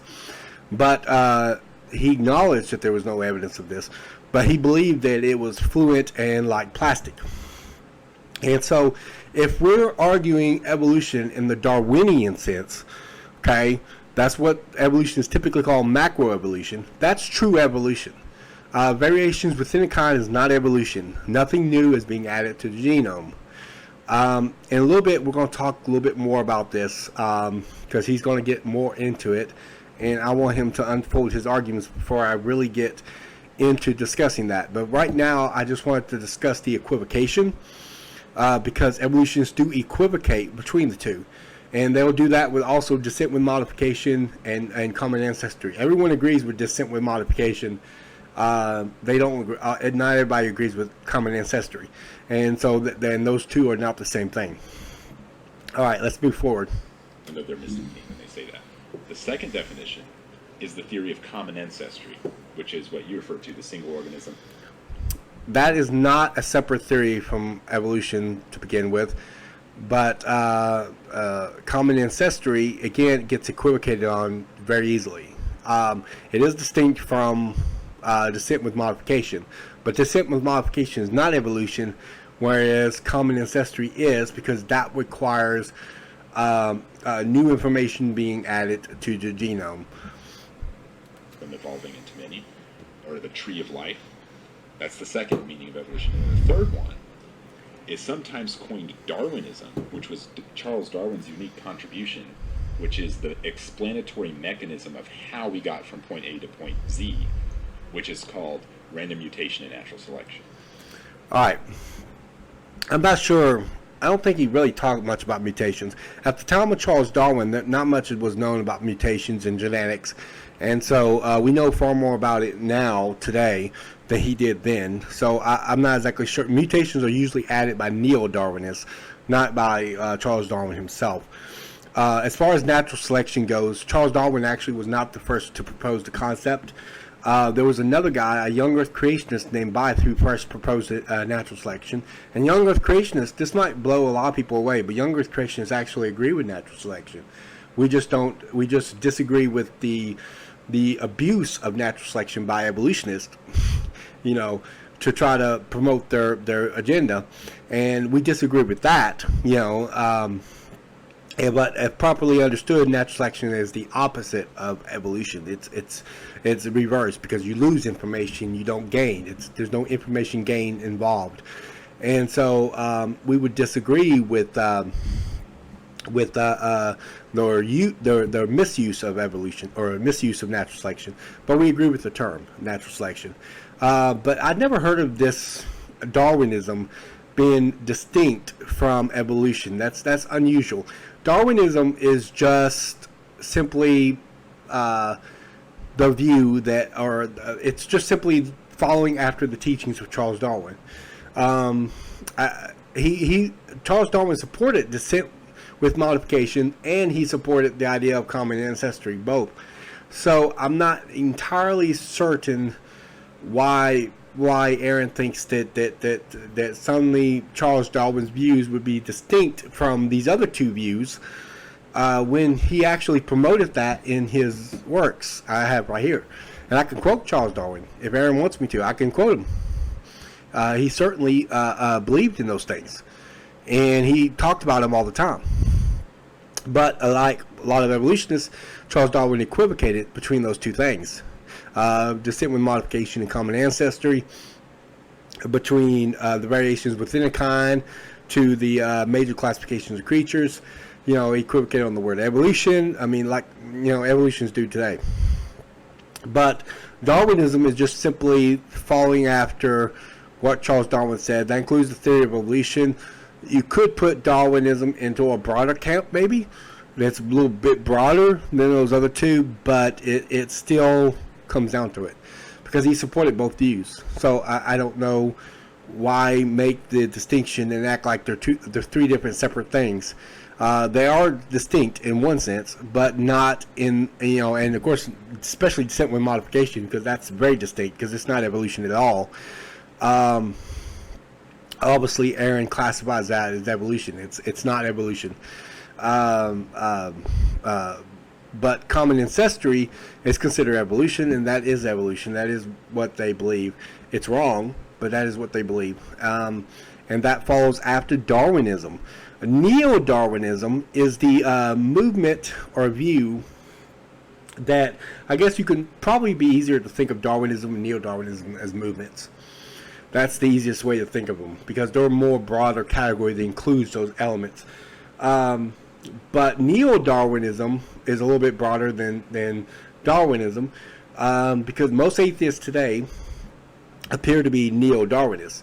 Word neo means new. Neo-Darwinist is someone who, now I think about it, recently I came across an evolutionist who actually didn't know what Neo-Darwinism is. I had to actually explain it to him. But it is just a movement. It's a movement that's broader than a Darwinist.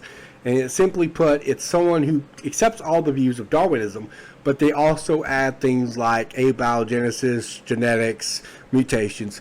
And since most atheists are neo-Darwinists and some theistic evolutionists, but I think that a lot of theistic evolutionists like William Lane Craig, for example, opposes neo-Darwinism, but still acknowledge Darwinism in some form.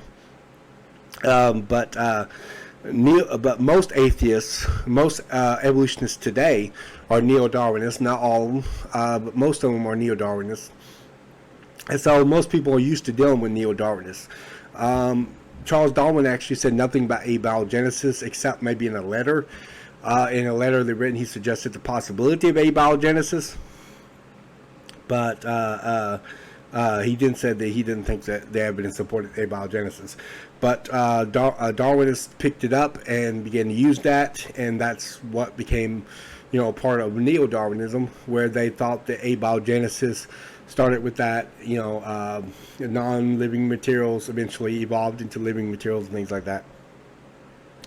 So there are aspects of neo-Darwinism that probably would not follow completely after Charles Darwin in that sense, even though there's implications from Darwinism that would lead to the conclusion of abiogenesis.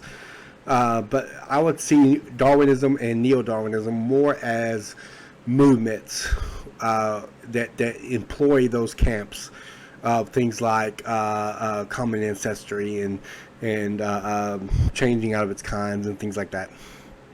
But in any case, they include all of those things. So I don't know what the distinction is. Is it assuming that we need to distinguish it and separate it as if they're two different things or three different things or three or four things going on? I don't know. Some of the distinctions and definitions are unusual to me. He seems to be taking one particular evolutionist site, appealing to that authority. It appears to be an appeal to authority, and arguing from that perspective, even though I don't think the majority of evolutionists see the same way.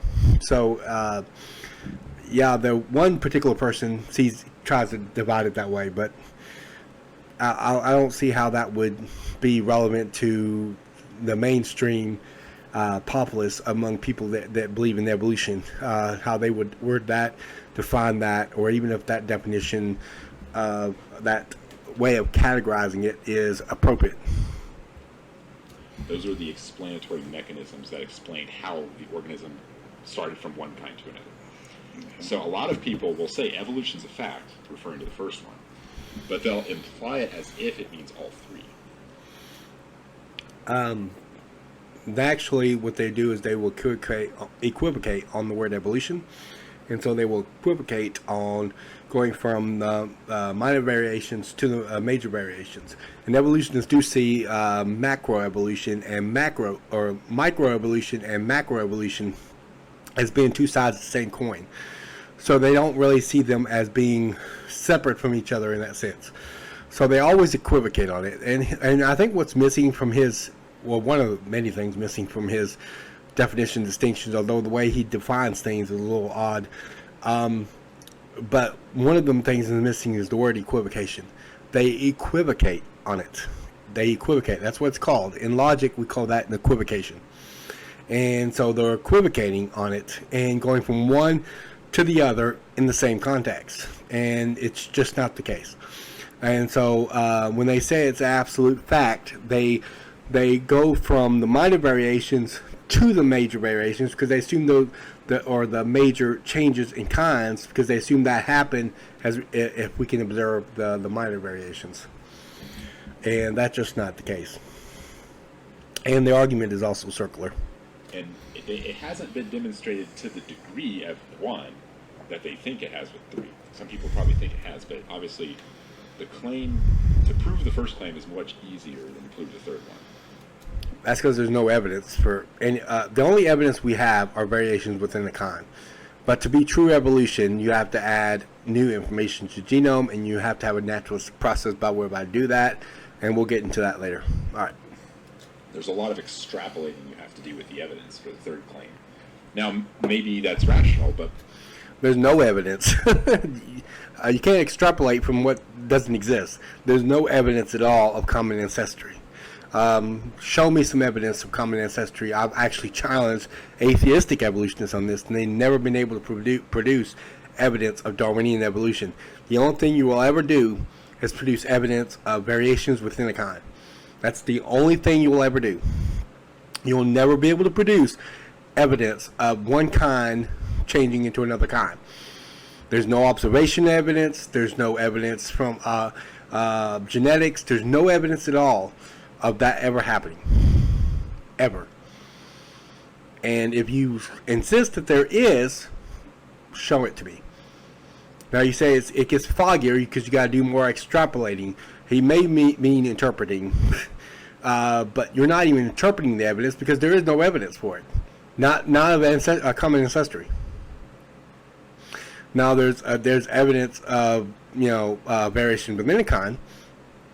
There's evidence in the fossil record of variation within a kind, but you always get the whole animals. You always get the same kind of creature in the fossil record. And it's interesting enough, Charles Darwin actually admitted this in his books. He just thought the fossil record was incomplete, and he thought that future fossil evidence would help verify his claims, but they haven't. The more fossils we find, the more it goes against evolution.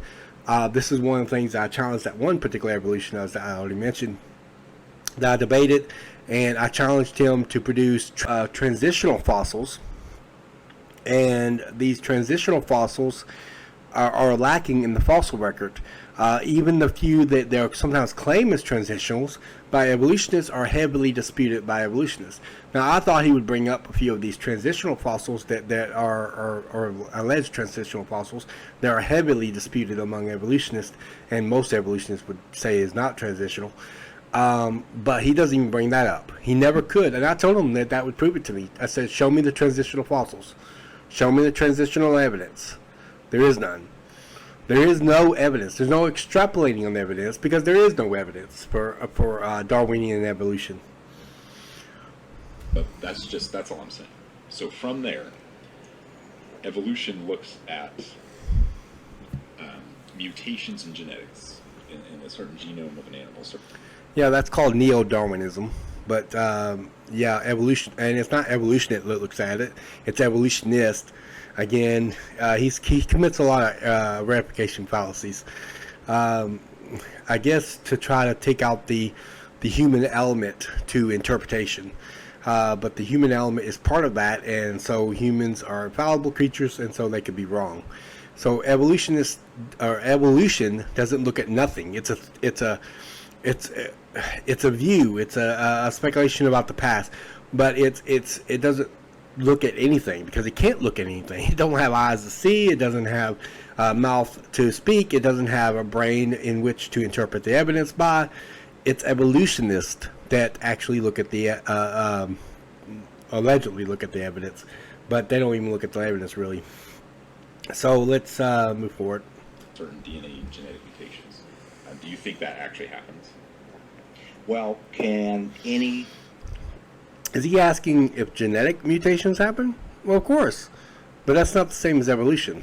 That's nothing is being added to the genome. But let's hear Kevin's response. anything gain genetic information? Is it neutral or harmful, or can it actually gain genetic information where it's going to grow a new feature? Just like we'll say go back to the amoeba, the single cell, somehow that had to become more complex, right? Yeah. Colonized, or it gained genetic information somewhere. Where'd that come from? Okay, Kevin is asking the right thing here, but he does reference to beneficiary mutation, and so Aaron kind of latches on this and really works off this a lot. But that's not even the main issue. Now, of course, for evolution to be true, there'd have to be millions of beneficiary mutations. But I don't go as far as saying there's not any. I mean, you can always think of ways in which mutations could be beneficiary or harmful, etc.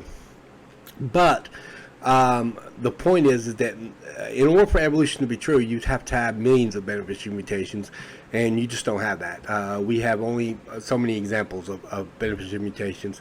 He'll give some that I think maybe actual examples. I don't know. I originally read that there was no known example of a beneficiary mutation, but I have to look at that and see whether that's the case. But in any given case, there is, regardless, I don't say that there's no beneficiary mutation. What I usually say is that if I talk about beneficiary mutations at all, it would need, to evolution to be true, there have to be millions of beneficiary mutations in order to show that mutations are usually beneficiary and therefore progression. Lack of beneficiary mutations doesn't disprove evolution definitively, but it does simply put kind of a wedge in the arguments, because in order to have that upward progression, you would have to have a way for you'd have to have benefit mutations that will constantly benefit the genome. A few benefit mutations, or rarely, doesn't work very well. And most mutations are harmful. Even if you can find something that's beneficiary, most mutations are harmful. Okay, in fact, there are entire diseases, including cancer, that actually derive as a result of mutations. Because mutations typically are harmful, not beneficiary. And so that's something to note. But I think the main issue is going to be focused on, or should be focused on, the fact that there's nothing to gain. There's no naturalistic mechanism by which you can gain information, let alone new information, within the genome, which you would have to have for evolution to be true. Now, Kevin does a good job of asking this question at the onset, but he doesn't stay there. Like, if it had been me, I would have stayed there for a while. I would have just kept coming back to it, because that is the issue at hand. That's the main issue at hand. And it's an awesome question that Kevin asked here. It really hits the point right there on the nose. And I don't think Aaron should have just sideswiped it the way he did, like he's hitting flies or something. Like, okay, I don't really consider that good evidence, let's move on, and that sort of thing. And then he starts focusing on beneficial mutations, whether it benefit and that sort of thing. But I don't agree with that at all. And I'm going to come back to this because I'm going to talk about this a little bit more here in a second. But I want Aaron to flesh out his arguments first. How did it develop the different systems that are in common life forms today? So I've heard this before, and a lot of the time, like, creationists and atheists will use this talking point with each other. I don't personally find it super useful to talk about the whole information thing because it. I mean, I'll answer your question, but the reason I personally don't like it is because I think there's a sort of misconception on both sides because they're viewing information in a completely different way than we are. So we can call it information all day, and they're just going to explain it in a sort of reductionist way that doesn't seem like information to them. So it'll never really be persuasive. But what I guess the science response is, they're not considering agency at all. All right. He says it won't be persuasive because they're considering information in a different way. Okay. How would you consider information differently than the way it's described? That the information is instructions within the genome, within the cells. How would you be able to define information in such a way that's going to be different from that? Now, in one sense he's right, in one sense he's wrong. He's wrong a lot on this. It is actually a very persuasive argument, and it is used by a lot of creationists. Even old Earth creationists use this argument a lot, and it's a strong argument actually. But by definition, information does include genetics because it includes a sequence of things that can create instructions within the cell. And geneticists ultimately, even evolutionary ones, understand information the same way in a basic sense. They may try to get around the implications of information, because the information supports that of a creator. If they don't like a creator, they may try to get around it. They want to believe in evolution and mechanisms, so they might try to get around all that. They might try to get around the implications of information. But ultimately, they know information is instructions inside a cell. How could you ever define it any differently? Because the cells wouldn't operate if that's the case. The cell wouldn't know how to do anything if it was true that they could not be able to have that information, have that language in them that tells them what to do, what to produce, what to generate. DNA don't just tell the cell what to do. It actually tells them how to produce the language to understand DNA. That's interesting. RNA is produced as a result of DNA. DNA tells the cell how to produce RNA.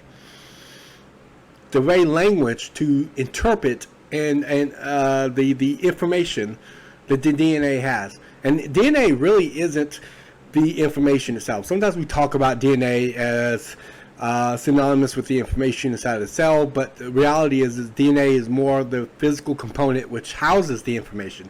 Information itself is immaterial, and so it's actually the physical component to house it. Think of a CD.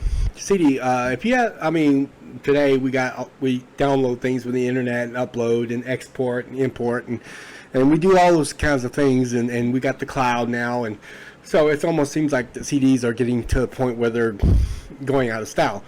But, just in case, if you're watching this after CDs do go out of style, there's this little device, it's called a CD. You can't scratch it up. You have to be careful not to scratch it. And these CDs, you could put files on it, you could put songs on it, you could put all that kind of stuff on it, you could put videos on it. And it has this information on the CD. The CD is the physical component by which to carry that information.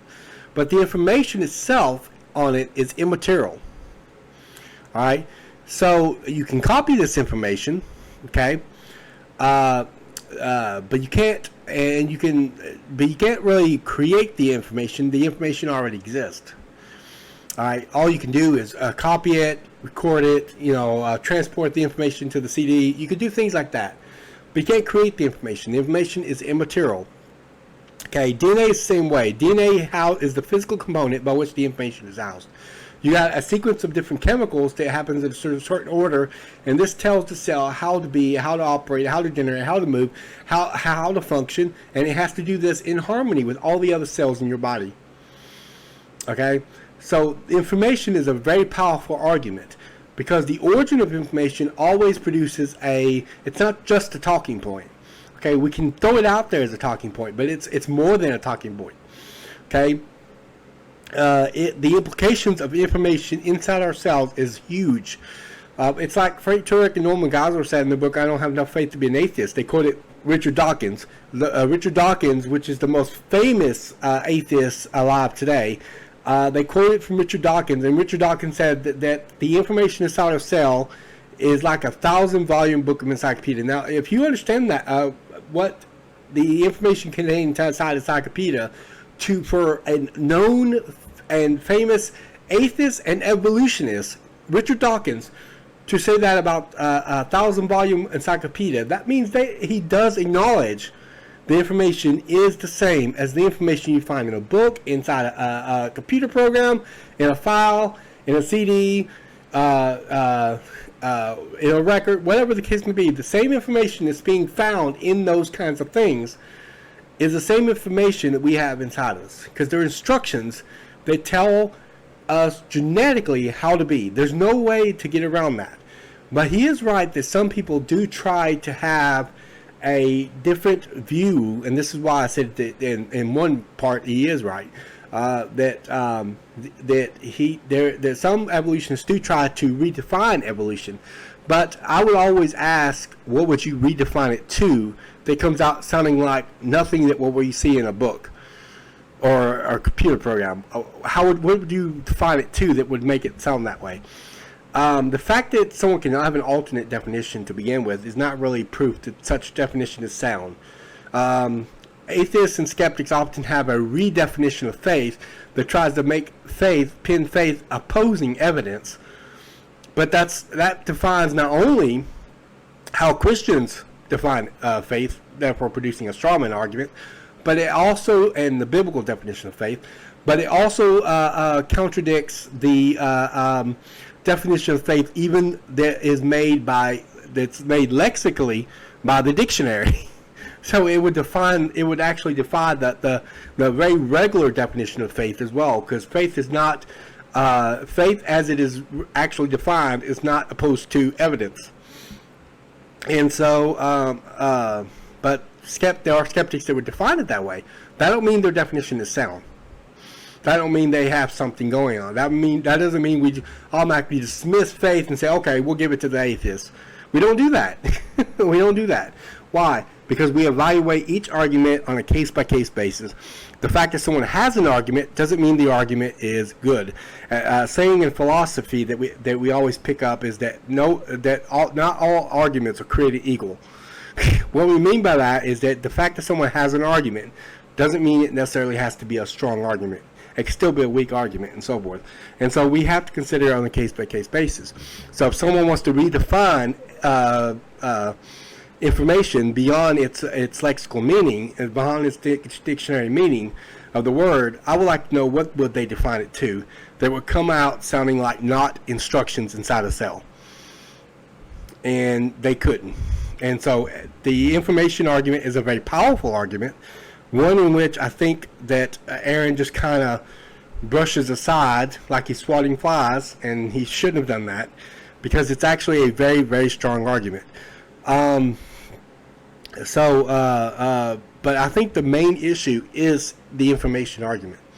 I think that's the main issue, because you don't wind up with new information. In order to be true evolution, having this progression, in order to go from one kind to another kind, you have to have new body plans, which requires new features, as Kevin mentioned, and this would require new information. Where did that new information come from? I want to cite something. I got some books over here that intended for this review. I'll cite him in a minute. First, I want to cite Werner Gitt. Werner Gitt's one of the world's premier expert on information science. He's one of the world's premier experts in information science. He wrote a book called In the Beginning Was Information, this book right here. I'm going to quote him from 2 different pages. Give me just a second. All right. Let me get closer to my mic here. All right, quoting from Werner Gitt, In the Beginning Was Information, pages 79 and page 106. Werner Gitt said, there is no known natural law to which matter can give rise to information, neither to any physical process or natural phenomenon known that can do this. There is no known law of nature, no known process, and no known sequence of events which can cause information to originate by itself in matter. Okay? In addition to that, here's another quote by Werner Gitt. This one's on page 72. On page 72. He says, when its progress along the chain of information events is traced backwards, every piece of information leads to a mental source, the mind of the sender. Try to understand what he means by that. Basically, the implications is that this information does lead back to a mind ultimately. Now, evolutionists try to escape those implications, obviously, but that doesn't mean that the implications are not there. Now, with that said, I want to do another quote by another guy named Lee Spetner. He wrote a book called Not by Chance, which I really like his title of his book. He is the world's foremost expert on mutations in the world. He is the world's top expert on mutations in the world. I got his book right here.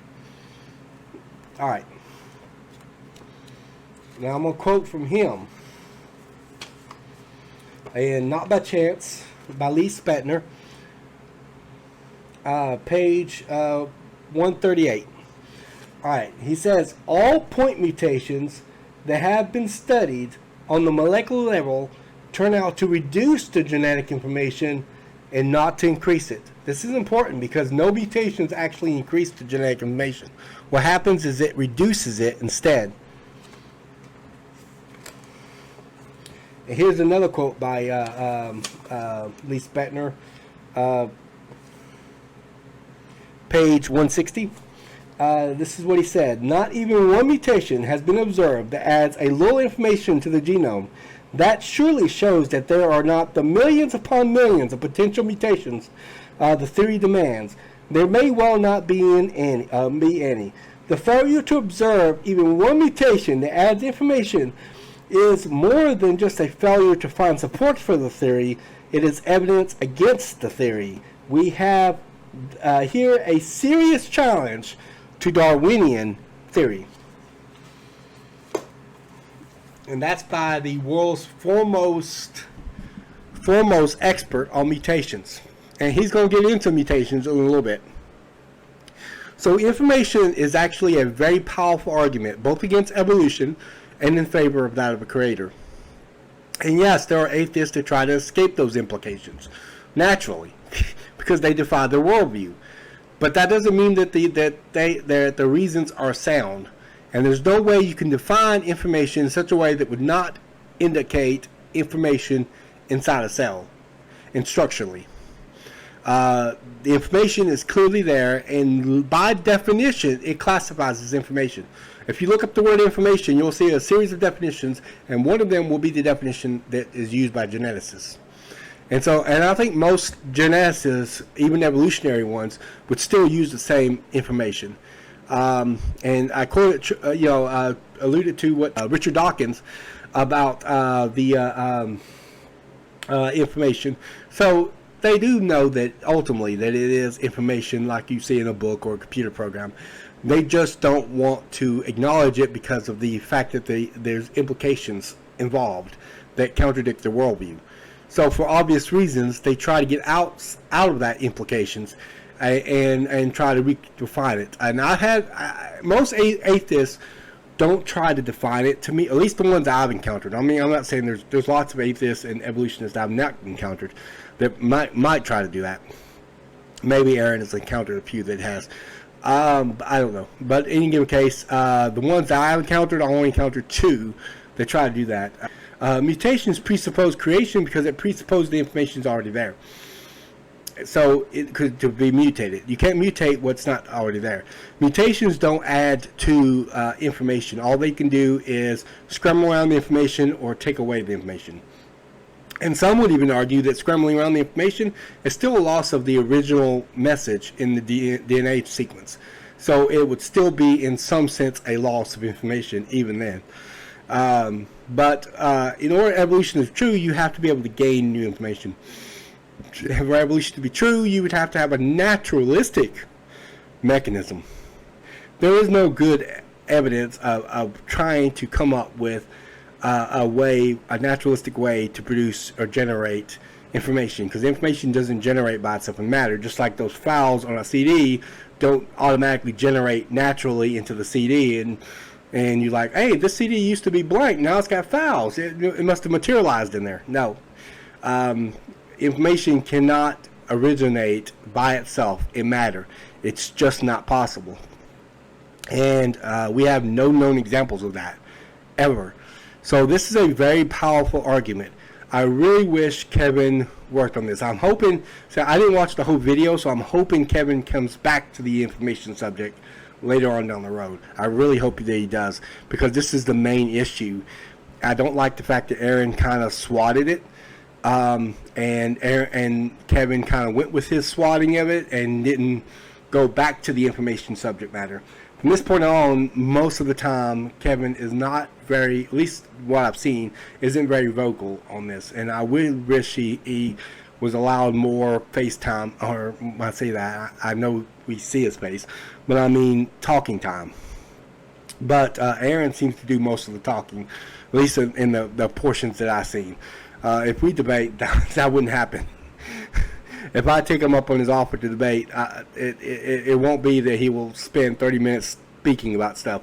He's going to have to let me talk and respond and things like that, and we'll have a nice going back and forth.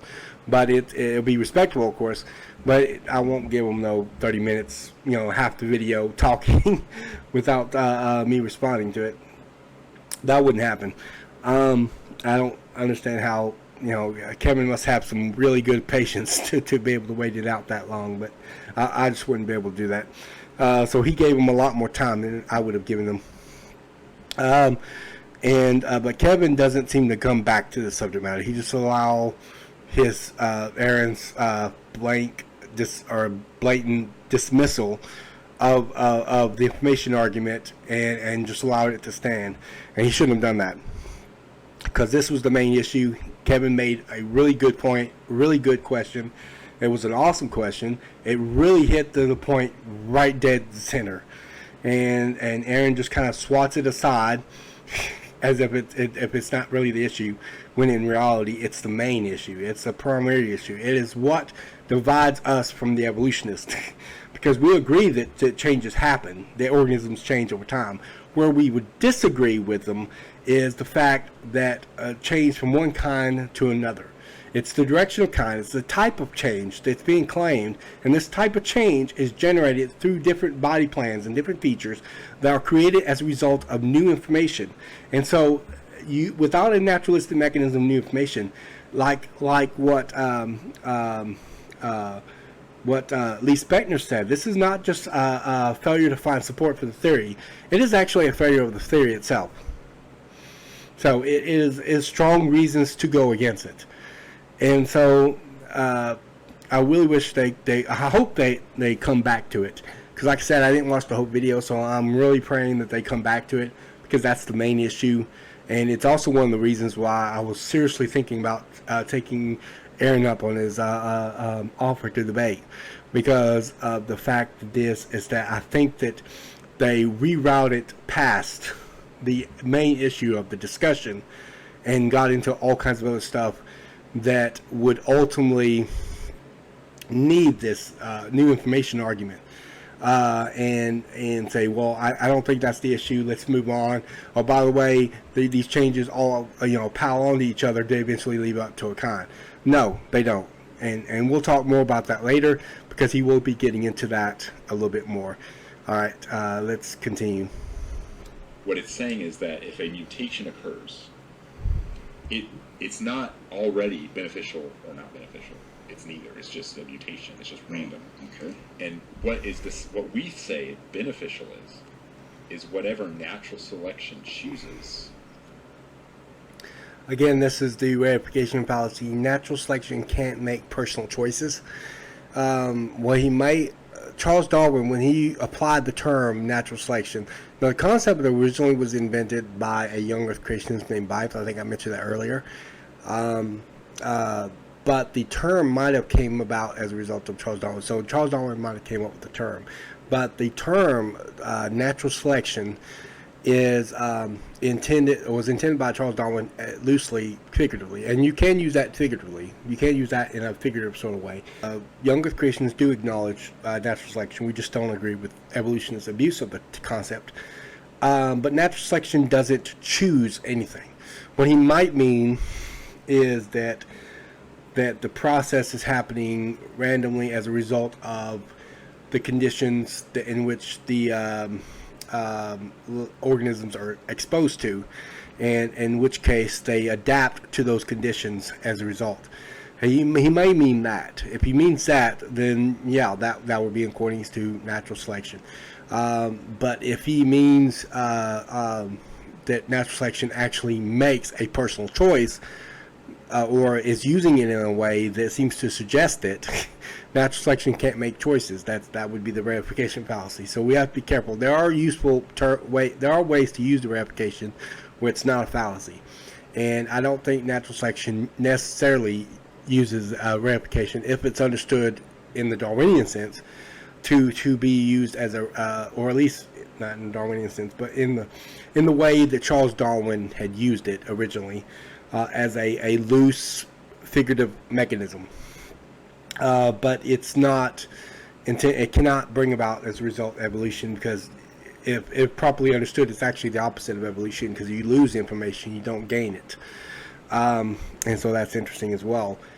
But let's see what he says, because I think that I have a response here to something that he's going to fix to argue for that organism. Now, the answer is understanding natural selection properly, because that's just a word to explain a phenomenon. Correct. But, again, I don't think evolutionists use it properly. And he may be going into that, because I think that he has issues with how evolutionists use the word as well. So we may find ourselves in somewhat of a common agreement. Well, let's move forward and see what he says. And natural selection isn't like someone adding information into DNA. What it means is it's the necessary result of something helping an organism reproduce or survive. Not exactly the case, but here's the thing. He is right. The natural selection doesn't add information. Of course not. It loses information. So properly understand that's the opposite of evolution. But I think at this point, Aaron is missing the point completely. Because here's the thing. In order for evolution to be true, there has to be an addition of new information. And it's true that natural selection doesn't add new information. That's absolutely correct. Because, and properly understood, natural selection actually loses information. But that's the opposite of evolution, so that goes against the very view of evolution in the first place. In order to be evolution, it has to progress. It has to have a continuous progression of information, constantly being added to genome to get to that point where it's complex information, where you get new features that wasn't there before, and you have to be able to sit there and add new information to it, have a mechanism of new information. Obviously, natural selection cannot do that. But he doesn't seem to see this as being opposed to evolution, but it is opposed to evolution. It's the exact opposite of evolution. So I'm glad he said that, because I agree. It doesn't, or I agree that he says it's not about gaining new information. That's because it doesn't gain new information. There's no new information that's gained as a result of natural selection.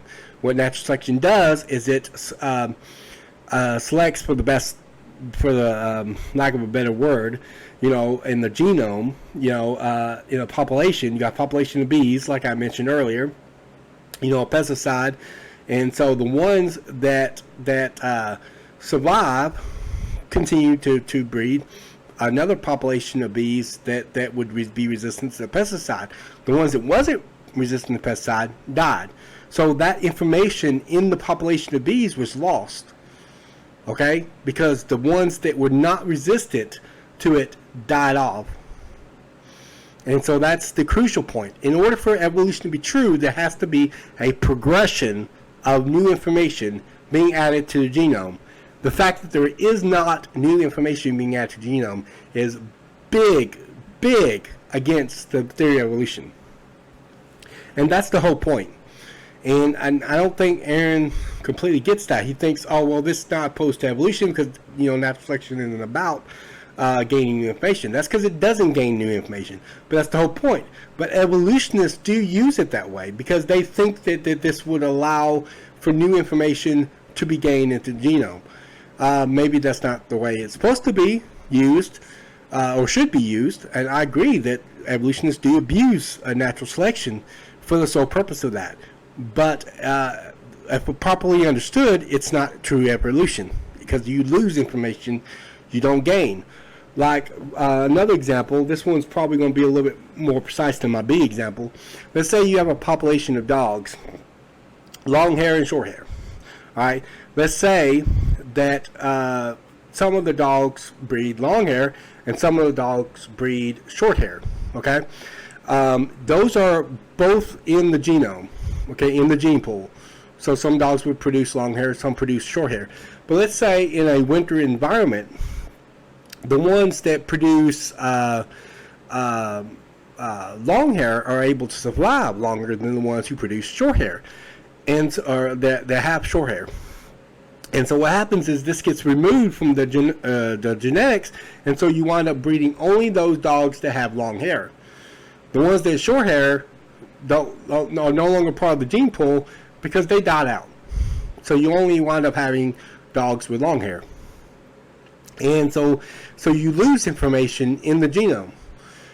You could also reverse that in areas or regions of the world that are much hotter, like closer to the equator and stuff. You would have dogs with shorter hair, and the longer hair can't survive because they would overheat. And so you wind up having dogs that breed other dogs, more dogs with short hair because they would survive longer in extremely hot weather, that sort of thing. But you lose information, you don't gain it. So it's the opposite of evolution. That's the point. So natural selection cannot be used as a mechanism for evolution because there's not a gain of information. You have to have a gain of information to be evolution. And so natural selection isn't evolution. So it's actually the opposite of evolution if properly understood. Or both. So if a butterfly has a random mutation that causes its the dust on its wings to be poisonous to predators and predation, and at the same time, or maybe over time, develops another mutation that causes a pattern on the back of its wings to be a certain color. And as organisms continue to eat butterflies, the predators eat the butterflies and then get sick from it. They're going to recognize that pattern, and which means they're going to get preyed upon less, so they're going to survive more and reproduce and pass those mutated genes on more to produce, say, the monarch butterfly. This is correct, and that is natural selection, but again, you wind up losing information. And the monarch butterfly, I took the liberty of actually doing a little bit of research, some light reading on the monarch butterfly. Essentially, the monarch butterfly eats a plant where its body uses the toxins in those plants on the dust of its wings, and it winds up being poisonous or having those toxins, and it makes the animal sick. It does have a specific pattern on it coloring its wings, but that seems natural to argue that because all butterflies have a pattern of some kind, and different species might have different patterns and so forth. But that's fine. It allows survival benefit. That's great. But they still lose information because all the information of butterflies that would have had a different pattern, that would not have survived in that predatorial situation, would die off. So you would lose the information in that sense. What he's talking about is gaining a new trait. Gaining a new trait is different from gaining information. That's not the same thing. Because you can actually have those traits within the gene pool. Like, for example, in the case of the short-haired, long-haired dogs, we still had the long and short-haired dogs within the gene pool initially. Okay, so it's not like they gain a new trait. It's not like they suddenly gain information to create long hair. No, they already had the trait to create long hair and short hair. They just lost the ability to make short hair in the case of strong winter conditions, or the ability to make long hair in the case of extremely heated positions, like close to the equator in tropical environments and so forth. And so we would expect that. And so that's what ended up happening. So it winds up losing information. And same thing with that, it winds up losing information. So he gives like an example of a beneficial mutation. You can give beneficial mutations, like perhaps a fly loses its wings on a windy island or something like that. You can give beneficial mutations, but they're not millions of them. Most mutations do appear to be harmful than beneficial, and that's extremely crucial, because in order for evolution to be true, there has to be millions of beneficial mutations. Otherwise, the odds increase as far as means the odds are greater that evolution would not be able to occur with such few beneficial mutations. Most mutations do appear to be harmful.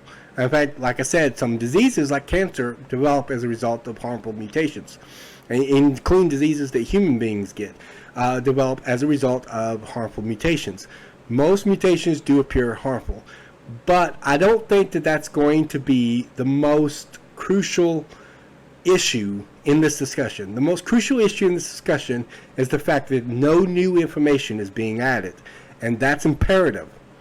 Okay, he gets on this tangent of discussing beneficial mutation, probably because Kevin brings it up, but Kevin kind of slightly brings it up in the discussion. He mostly was trying to reference new information being added to the genome, and of course there is another problem with that, having to need millions of beneficial mutations. And I don't think Aaron understands that. He gives a few examples, and he thinks that those few examples is enough to qualify it. It isn't. You'd have to have millions to qualify it, and there isn't millions of examples. Rather, there's very few, actually. Most mutations are harmful. Some people might argue that maybe the polar bear it benefits the polar bear because the polar bear can hide from predators. But that's only because if they're in a snow-covered type environment. If they're in a less snow-covered environment, like in a zoo or something, then it wouldn't benefit them at all, because they'd stick out like a sore thumb. And if they get any kind of dirt on it, they would stick out like a sore thumb as well, because that would expose their bodies to predators, even in a snow-covered area.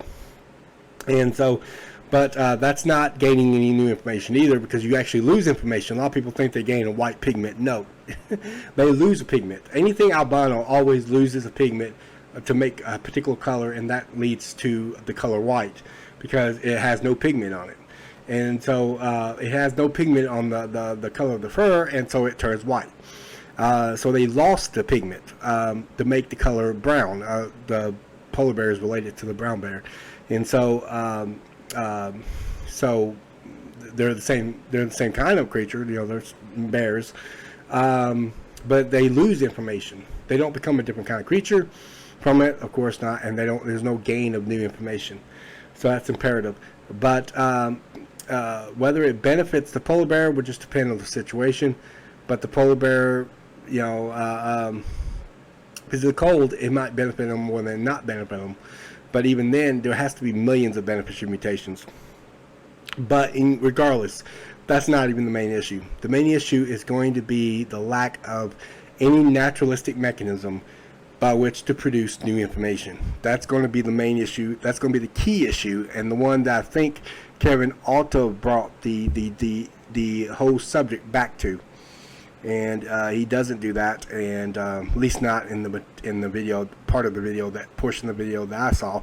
Hopefully he does it eventually.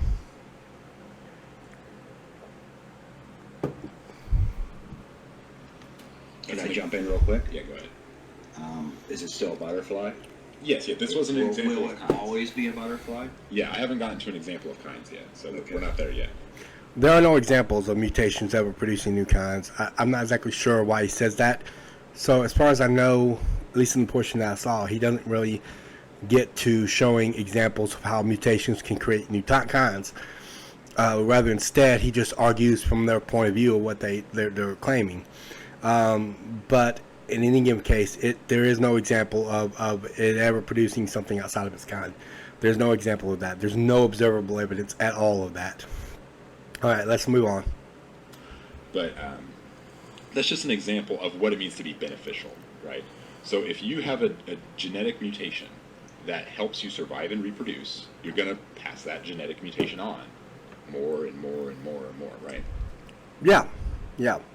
And any information that oppose that was not benefit is going to be lost. Again, opposite of evolution.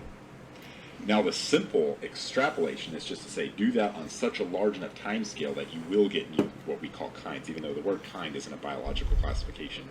I think what we mean when people say that, a lot of time, like I think I mentioned this in the group, is it usually refers to the bio-categorization of family, which, like, for example, the Ursidae family, if I'm pronouncing it right, the Latin, the bear family. There's like 8 species of bear, but they're all the Ursidae family, which is bear, so they can breed with each other. Yeah, they are part of the same family, but I wouldn't classify it exactly as breed, because there are. He's fixed to talk about that a little bit, but I wouldn't go that far. Some of his views on classification I would differ with them on.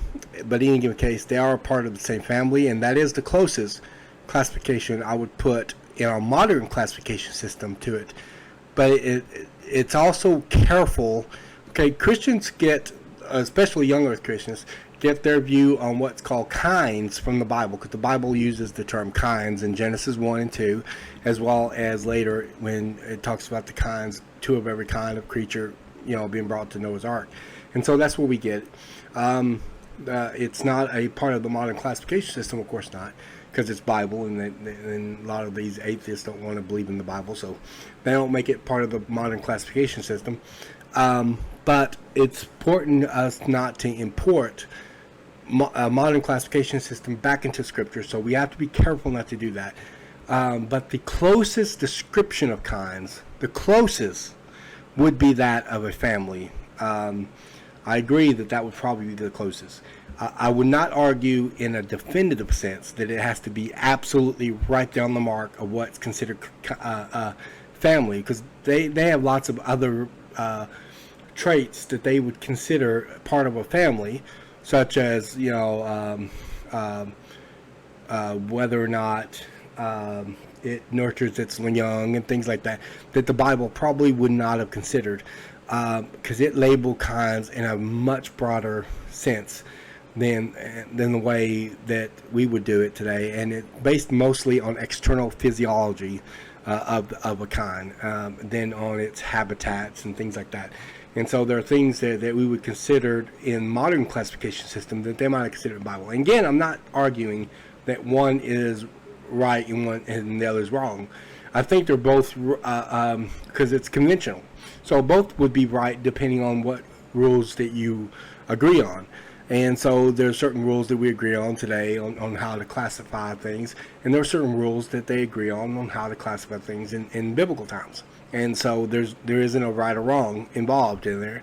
So it's not like we discover some absolute scientific fact that shows that should be grouped this way or something like that. It's just where the rules are just kind of agreed upon. But the important thing is not to import our modern understanding back into the way the Bible is describing. And so, but for the purpose of illustration, to illustrate the point, the closest grouping, the closest classification that we would have in our modern classification system to the way the Bible classifies animals in kinds in the early chapters of Genesis would have to be grouped physiologically higher than species for certain. Some people might say drama, which is a little lower than family, but I would probably put it a little higher than that. So it may be family, it may be close to family. I usually use the term family. That's the closest classification system. It doesn't mean that it's definitively absolute in every respect to what we would consider family.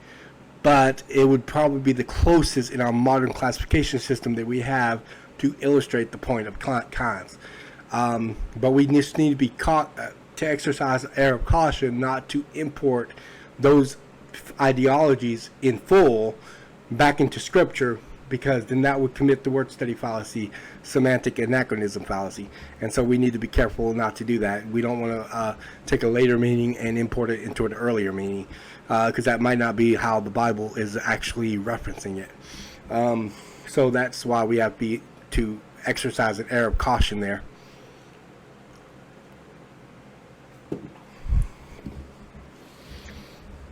All right, let's continue. Even though there's different species, like at grizzly, you have the Kodiak, or whatever it's called, the polar bear. So there's different species of bear, but they're all under the same family. So I think typically when creationists refer to kind, I think they mean family. It makes the most sense. Yes, and there are a few kinds that can't interbreed anymore. I can't remember the example. I think it's like the Minnesota rabbit and the Florida rabbits can no longer reproduce. I don't know about it. All right, this is correct. What Kevin says here is correct. There are species within a kind that cannot interbreed with each other anymore. That's absolutely true. I didn't know about the rabbits until Kevin mentioned it, so that's an interesting example. I would love to look that up. But I do have some examples of my own. The fox, for example, cannot interbreed with the canid family. You know, the Canidae, the dog, what we typically call the dog kind. He can't interbreed with that. With a wolf, coyote, and a dog can all interbreed with each other, but a fox can no longer interbreed with it. Why? Because since sin corrupted all of creation, this created mutations that would later come. As mutations set in, remember I talked about the loss of information. Mutations always lead to a loss of information, ultimately. Even when they scramble information away, that still can be argued that it's a loss of information in some sense. And so you lose information, and so the fox lost so much information that its chromosomal count is now incompatible with that of the dog kind. He has less chromosomes than the other species and members of that kind, and as a result, he can no longer interbreed. Now, we're going to differ with it is that Aaron will classify animals that can no longer breed after their kind. I would not do that. I would say that they're still part of the same kind because that's how that God created them. But originally, God created them where all kinds would interbreed after one another. But eventually, because of mutations setting in, because of sin corrupting all creation, that eventually the animals like fox and he talks about the Minnesota rabbit and so forth can't interbreed after their own kind. And there are some animals that can't interbreed at all. The donkey and the horse, for example, when they get together, their hybrid makes what's called a mule. And a mule is both male and female, but most of the time, the vast majority of the time, they're sterile. Most of the time, they're made in laboratory experiments because usually horses and donkeys don't usually interbreed with each other. They can, and it has happened naturally, but most of the time, it's usually done in a laboratory experiment where they make it, which you can do that because the horse and donkey are closely related. But most of the time, the mule winds up being sterile, and they cannot produce any additional mules out there, at least not in reproduction. So not only can they not reproduce with their own kind, they can't reproduce even with each other because they're usually sterile. This doesn't mean they can't mate in some sense. It just means that they can't produce after their own kind as a result, or after their species, and so forth. And so you have those kinds of genetic issues as well that can occur. Sin corrupts nature. This is probably, I would suggest this is not the way God originally created kinds, obviously, but because sin came into the world, it corrupted creation, and this has happened that. Now, in a little bit, Aaron's going to define a kind only if it interbreeds after its own kind, in which case that would put species that can no longer interbreed in its kind in its own category, separate from that of its kind. Now, I don't think geneticists and biologists actually do this. I've never seen them do this before. This is a little odd. I've never seen an issue where they would sit there and consider like the fox no longer part of the dog family. they seem to still classify it as part of the dog family. I don't understand why he would consider that a different kind of creature because it owned interbreeding. He may be working off the Bible passages that talk about interbreeding after their own kind and that sort of thing, but that was before. That was how God originally created it. But God created all creation to be good, and it says that in the Bible. It uses good 7 times, and the 7th time it says it created it very good. Sin and corruption was not in creation at that time. But since sin and corruption did enter into the world, now we do have mutations. Now we do have mistakes that occur. They're occurring naturally and things like that. And the loss of information over time. And as time has gone on, sin has gotten worse, and the corruption has gotten worse, and the issues have gotten worse over time. And so that's what we end up having. But they're still considered part of the kind because that's how they were originally created. So I would argue that they're still part of the same kind of creature. They just no longer have the ability to mate after their own kind due to the loss of information that has now occurred as a result of sin affecting all creation. And you can look at Romans 8 for that, because Romans 8 actually talks about the whole creation suffering as a result of sin. As far as I still around it, I mean, not that it's not going to mutate into anything else, but okay, yeah, go ahead and continue. As far as I understand, usually family, or there's some biological classification, order, genus, whatever, phylum. I think it's family, though, at which we would genus is below family, and there are some young earth Christians that will argue genus, but I think sometimes they argue genus only to try to make it as evolutionary acceptable as possible when it comes to the flood. I think John Wilmer in Noah's Ark, a feasibility study, does this. But most young earth creationists would probably argue that, like I do, the closest classification would be family, if you're looking at modern classification system. But we can't definitively say that in every absolute sense, because that would be importing modern classification system into the biblical text. Classify them as different families as soon as they can't breed anymore. That's false. They do not. They do not classify them as different families. That's like assuming that the fox is no longer part of the canid family. Then what family are they part of exactly? The fox family? I'm sure Michael J. Fox would be happy with that, but but no, they're not part of the fox family. They're still part of the dog family. I don't know of any geneticist that would argue that. So I'm not entirely certain where he's getting his information from on that. I've never heard that before. I've never heard it like the Minnesota rabbit that he mentioned. Would that be a different kind of rabbit? A different family of rabbit? I don't know. I don't know how he would argue that. Maybe you could argue that different species, definitely. Possibly a different genus, maybe. That's possible. I don't usually argue that, but maybe you could. But family, no. I've never even heard of anyone that put it in a different family. The fox is still part of the dog family. The Minnesota rabbit is still part of the rabbit family. Mules are still part of the horse family.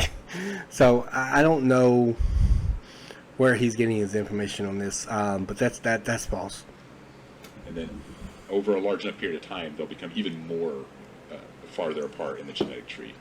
But they would still be the same kind of creature, and all animals would be, that, and eventually, that would deviate. But the issue is not really over. I'm fixing to talk about this here in a little bit, but it's not really over the fact that that a species change or that biological organisms change over time. The issue is the kinds of change they'll claim, and it's not even the amount of change really, because you can actually have big changes within a kind. You can have big changes within a kind, but this would not mean that that you would have a different kind of creature. Okay, so the real issue is going to be new information being added to the genome eventually in the course of the evolutionary process to produce a different kind of animal. That's going to be the issue. It's going to be the type of change that is being claimed. It's never going to be the fact that things change over time, because if that was the issue, there would be no issue. It would be no debate, because we'd all agree organisms change over time.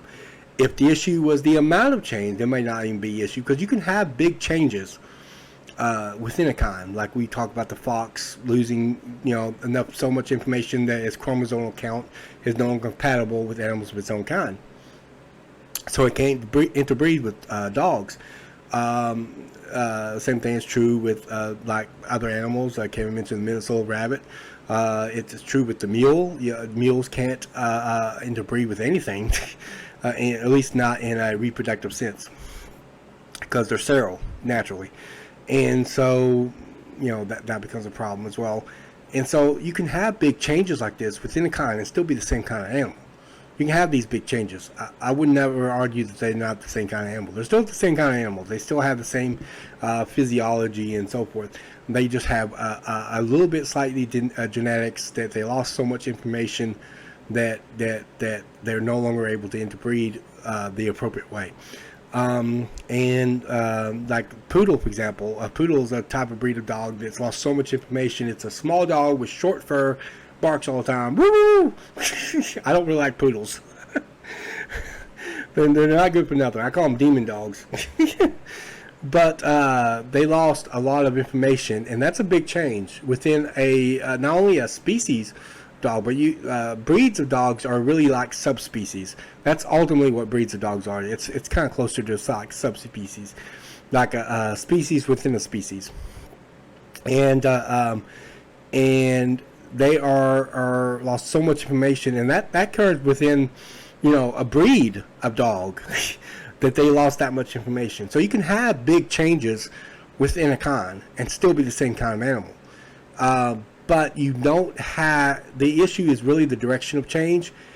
It's really the type of change that's being claimed, to the point where you have different kinds of animals. And to do that, to have that evolutionary progression, you need new body plans, you need new features, which require new information. To have that, you have to have new genetic information. This is why I keep coming back to it, and I say this is the main issue at hand. I really wish Kevin would go back to it. Maybe he does in the portions that I didn't see or not, but this is the main issue of the discussion. This is the issue that Aaron just kind of swats aside, but this is the primary issue at hand and what needs to be discussed. And because this is the main issue, this is where our disagreement, this is the dividing line that divides us from the evolutionists. That difference with what we are saying versus what the evolutionists are saying.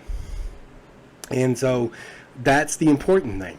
And it's been dismissed, and they're not coming back to it, because Aaron is changing to all different other things. Some things are a little bit relevant to the issue, but they're not the main point. And I think that really, to really drive this home, I think Kevin needs to redirect the attention of the conversation back to the main issue, because now they're starting to get further and further away from the main issue, and that's a problem. They are still talking about the changing of kinds, but it's not what is claimed by Aaron. It's not what's being claimed by Aaron. So Aaron, I think Aaron is missing the point, or I don't know if it's deliberate or undeliberate, but he's missing the whole point, and he seems to be changing into a different direction. That is not the point, because if you don't have new information, if you take out the new information argument, he can then try to argue that little bit, eventually gets to a different kind of creature. No, it doesn't. Same thing with losing information where it can't interbreed and therefore be a different kind of creature. No, it's still the same kind of creature. It's still a part of the dog kind, even with the loss of information. Just like the poodle is still part of the dog kind, even though it lost a lot of information. How much information it lost is not the issue. The issue is really going to be the gain. Well, one thing that's opposite of evolution anyhow, because you're just losing the information, not gaining it. But the issue is going to be gaining new information in order to produce different kinds of creatures. It's not a different kind of creature just because it doesn't interbreed. No, it's still the same kind of creature. In fact, even most geneticists would agree with that. So it's still the same kind of creature. You still have the fox part of the dog kind. You still have the rabbits part of the rabbit kind. You still have that. You still have mules part of the horse kind. That has nothing to do with whether it's the same kind of creature or not. That has more to do with sin and mutations that come into the world and the loss of information, which is the opposite of evolution. But you don't get different kinds of creatures. It's the same kind of creature. Their situation dictates all that, but it's not a different kind of animal. It's not. It's still a horse. A mule is still a horse, or a horse kind. A rabbit is still the rabbit kind. A bird is still a bird kind. None of those things get altered to the point where it becomes something other than the same kind of creature it is. It's still the same kind. There's no evidence at all of anything changing outside of its kind. It's zero evidence of this. All right, he's going to talk a little bit more on this, and I want him to flesh out his argument before I really illustrate my point, because I want to try to end this segment of the video on a particular point that I want to make. But I want him to flesh out his argument first. But to answer your question about, I guess, what you might call speciation, which you should really refer to as family separation. Family separation. This is another thing, the reason why I say that, his use of terminologies, and definitions are unusual, because they're not terms that are actually used typically by scientists. They're not terms that are used by geneticists, even other evolutionists. And so this is kind of odd. Nobody uses the term family separation. Speciation isn't just used by young earth creationists. It's also used by evolutionists. The difference is the evolutionists believe that speciation is evolution, while young earth creationists don't believe speciation is evolution. But it is speciation. That's the apt and most appropriate name for the generation of species as a result of variations within a kind. That is the most proper and appropriate way of defining that, because, that is, you're creating species out of speciation. And he says, no, we should call them family separation. But the reason why nobody would use that term is because they're generating new species. They don't get separated from their families. Even evolutionary geneticists and biologists wouldn't even classify it that way. They would recognize them part of the same family, the species being generated in the same family. So it wouldn't be separated from their family. So I don't know why he's putting that. Family is just a more broader category by which species belongs in our modern classification system. So his use of terminologies is really weird. It's really odd. It's like he's making up these terms and definitions that almost nobody else uses.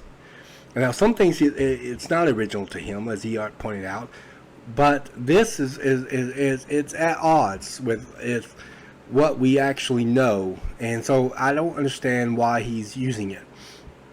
Why would he sit there and think that this somehow being a species or no species is somehow a separate from family, and we should call it family separation? Nobody would use that term, not even other evolutionists, because even evolutionists use the term speciation. Now again, the difference is that they think speciation is evolution. It's not. It's variations within a kind that create new species from it, and you can create new species from these variations. You can create new species from these kinds of mutations. That's true enough, but you don't get different kinds of creatures. But his reference that you should classify them something different, like classify them in accordance to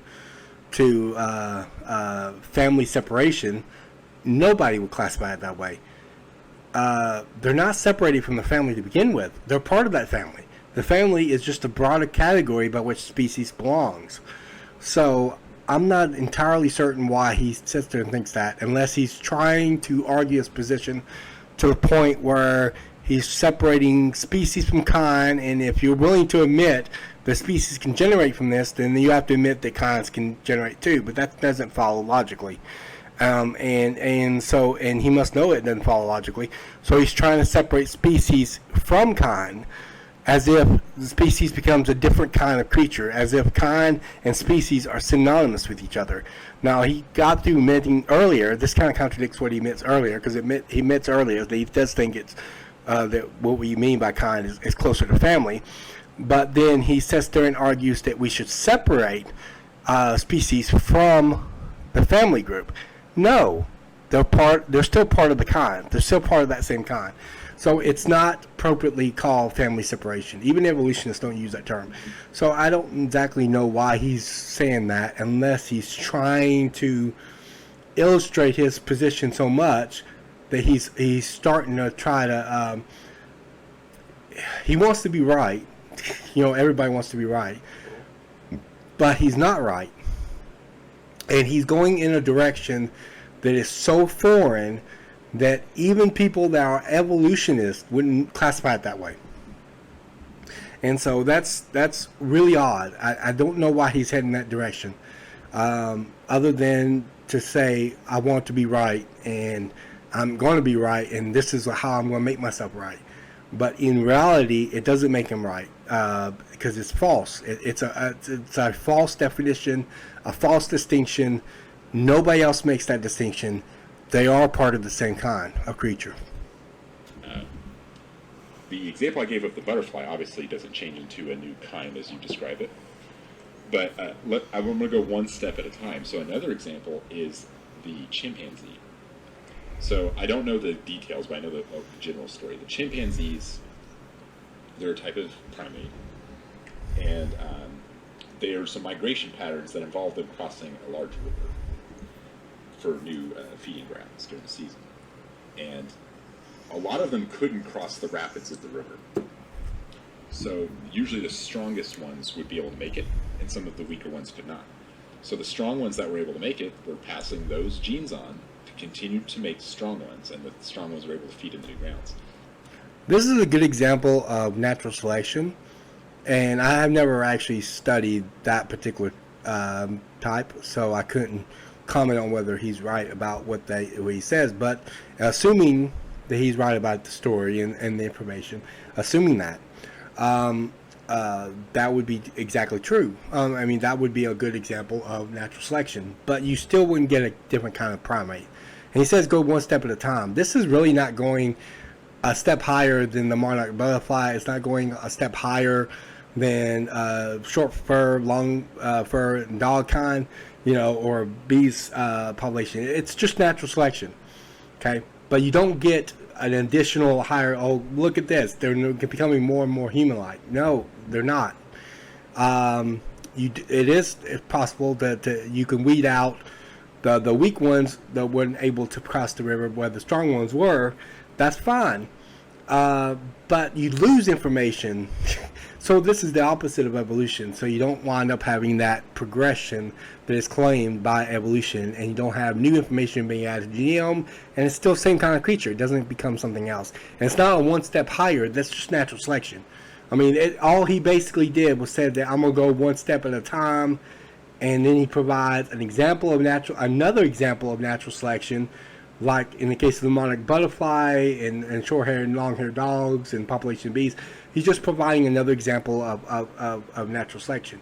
What he's not doing is proving that evolution has actually occurred, because it's the opposite, and he's not going one step higher. It's not like, okay, you got this, and then you got that, and then you got that. It's not a step higher. It's just another example of natural selection, but it's not an example of evolution. There's no evolution taking place. There's no new kinds being developed. It's not a step of direction to creating new kinds either, because again, you lose the information to create the weaker apes, and then you have the information which was already there, so you didn't gain any new information of the stronger apes, and then they breed stronger apes from that point. That's natural selection, and it is appropriate use of natural selection. So he's absolutely right. If he wants to say that's an example of natural selection, I would agree. That's absolutely right. That's an example of natural selection. It's not an example of evolution. It's not an example of new kinds being formed as a result of it. The weak ones that couldn't would have to stay on the other side of the ground, and because they didn't have those muscle strength genetics, and they were required to use their sort of clever intellect better to find food in a more food scarce area. And so what happened is over time, over a larger period of time, that kept occurring over and over until eventually the split on the other side of the river that were breeding with themselves and the split on the other side of the river that were breeding with themselves had a sort of split where the stronger ones were what we see as modern-day chimpanzees, and the weaker ones that are slightly more intelligent are the bonobos. And now that the bonobos have almost that exact same genetic link, but we were able to see that in the evolutionary chain, that they were breeding with themselves with the different genetics that didn't let them sort of cross this river. This is a very short version, but like... All right. It's not that they have different genes, okay? If he means different genetics by saying different genes, well, yeah, of course. But the genes are okay, you got one population of chimpanzees, okay? These chimpanzees they got the genetic information to produce stronger apes, and another genetic information to produce shorter apes. The information's already there in that population. Okay, the weaker ones are unable to cross that river. Okay, so the weaker ones stay over one side of the thing while the stronger ones do cross, and then they both go on to breed two different classes of chimpanzees. But they're still chimpanzees. Okay, they didn't become some different kind of animal, and there's no new information that's being added. Even then, they actually lost information. The large ones lost the information to create weaker chimpanzees, and the weaker chimpanzees lost the information to create stronger chimpanzees, and so they go on to breed with those particular genes. You're just isolating the genes; they're already there, and those genes are being passed on based on that separation. But they're still the same kind of creature, but they're not a different family. There isn't a different family of apes, for example. They're two different species of chimpanzees, but they could develop in two different species possibly. Although I would probably argue that doesn't necessarily, because not every case of natural selection is going to lead to new species.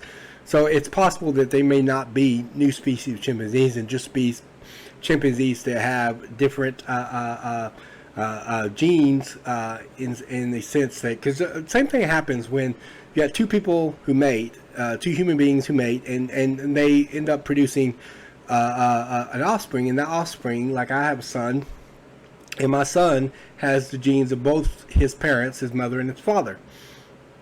Okay, so both of those genes are in my son. But as I say, over time, let's say that my son has black hair, my wife has brown hair. I had brown hair when I was little, but I ended up getting black hair, and so my son has black hair, has darker hair, but my wife sometimes tries to describe it as darker brown. But let's say in the course of history, in course of future history, something happens that future history is kind of an oxymoron. What I mean is that in the future, let's say that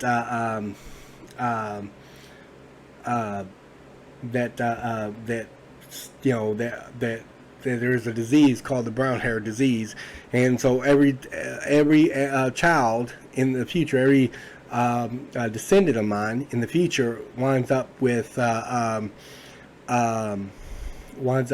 brown hair disease, or the ones with brown hair will die off, and that will only leave the ones with black hair, and they will continue on interbreeding with other individuals, and they will pass along that gene.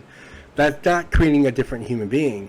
And again, like I said, in natural selection, not every case of natural selection is going to produce a different species, but you can get different species from this if you give enough time. Yeah, and you would develop new species, but it would be separated from the same kind of creature.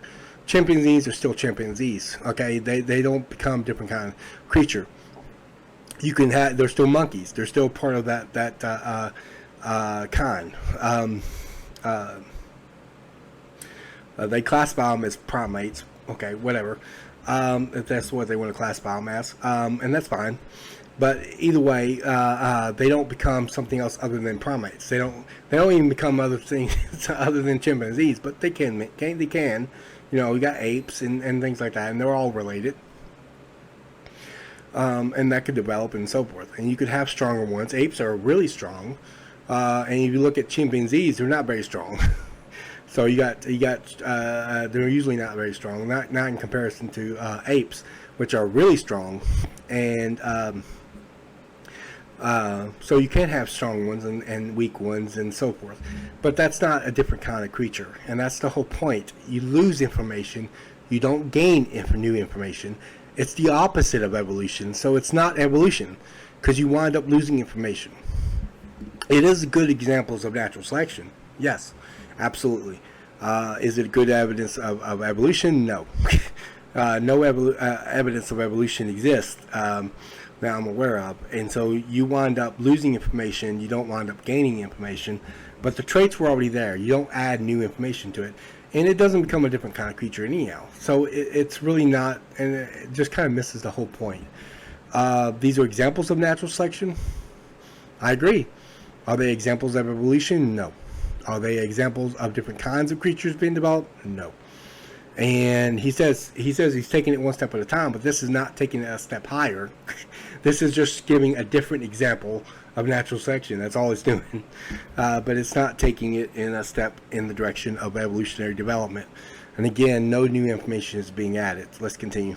Now, that's not a large macro change. That's not like getting from a bat and a whale, right? There's a big difference there. But I guess the evidence I'm offering, or the evidence that science offers, is small examples at a time until you get to that. So first we had the butterfly. Now we have slight speciation. But you can continue to move forward down this. Now the difficult part in terms of empirical evidence. Okay, he's fixing to talk about the difficult point in empirical evidence. But before he does that, okay, we'll probably end it here after I give my illustration that I've been really meaning to give, and do a part 2 of this debate review. But just to and from looks of it, it looks like it's going to be a very long video. Let's see, it looks like over an hour, about a little over an hour and a half long. And with me having to stop it so many times, you're probably looking at probably at least 3 parts that this is probably likely going to have. But in any given case, I've already went long enough, but I do want to illustrate the point that I want to express. Would that cause, a little bit at a time, cause eventually different kinds of creatures? No.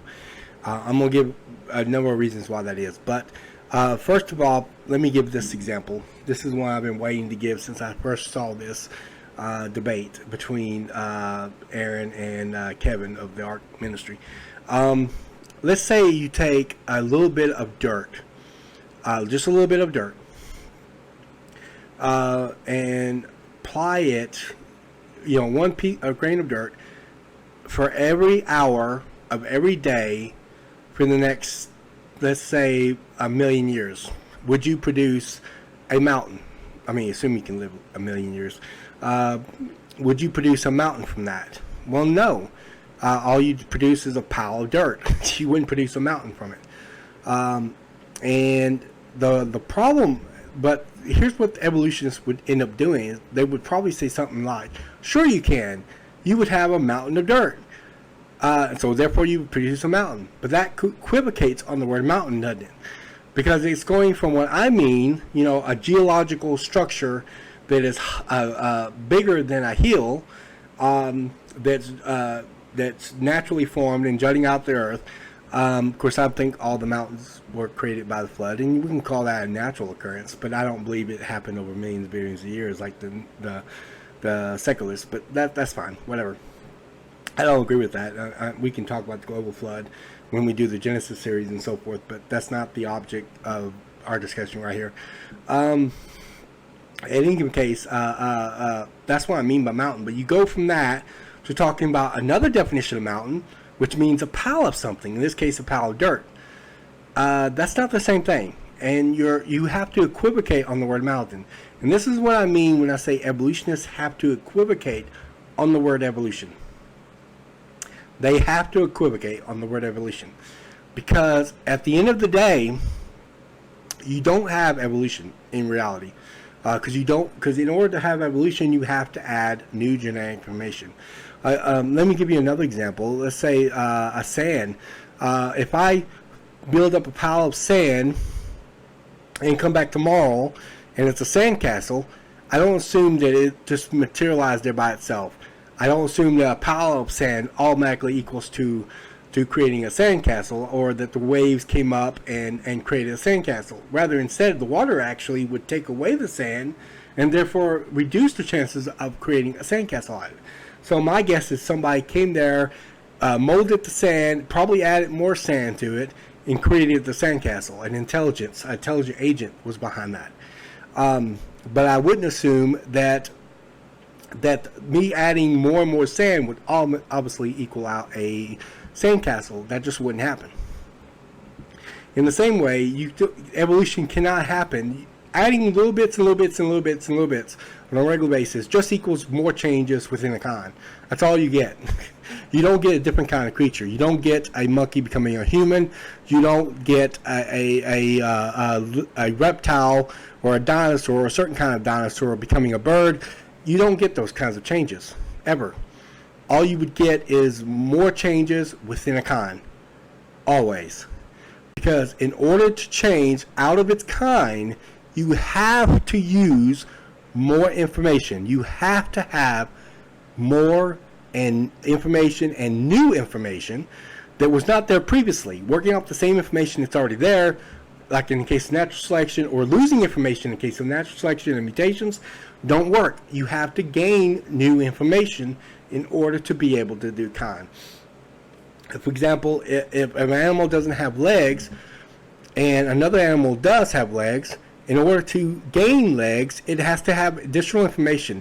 Adding new information to the genome would add greater variety within a kind, but it won't produce the information necessary to give it legs.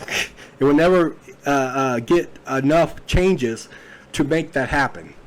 You can have 1 billion years. You could have 1 trillion years. We could give you 1 gazillion years, and it will never happen that way. You never produce a kind without information. This is why I keep saying that the main issue is new information. New information. New information. New information. You need new information to produce out of its kind. And none of these examples that he has given so far, that Aaron has given so far, produces new information. And that's troublesome. That's troubling. It doesn't produce new information. And that is very crucial. Let's go into our closing. Wow. All right. That was some debate. I have one of the troubling aspects of this that I had was them not really focusing on the real issue. They got off topic a lot. And yeah, I had to respond by going off topic. But I think that the main issue is going to be the information, and they need to come back to it. At some given point, Kevin needs to bring the issue back to the changing of kinds from the lack of having a naturalistic mechanism by which to gain new information, and he needs to bring it back to that. He started really well in that area and asked the right question that needed to be asked, but he allowed Aaron to just kind of dismiss the subject matter, dismiss the issue of information as if it's not really relevant to the topic matter, when it's the most relevant thing to the topic matter. In fact, it's the main issue. It's the main dividing line, dividing us from the evolutionists. And so that's something that has to be brought back, and I'm hoping that Kevin eventually will reroute the conversation where it goes back to the fact that there's a lack of information, the fact that you need to have new kinds of creatures, and the kinds are not being changed. You notice that the kinds aren't being changed. None of the examples of natural selection that Aaron has given so far changes its kind. Now he tries to get around that by trying to argue that speciation really should be a division of kind, a separation of kind. It's not, and nobody classifies it that way, not even evolutionists. Species is just a smaller version, within a broader category of family.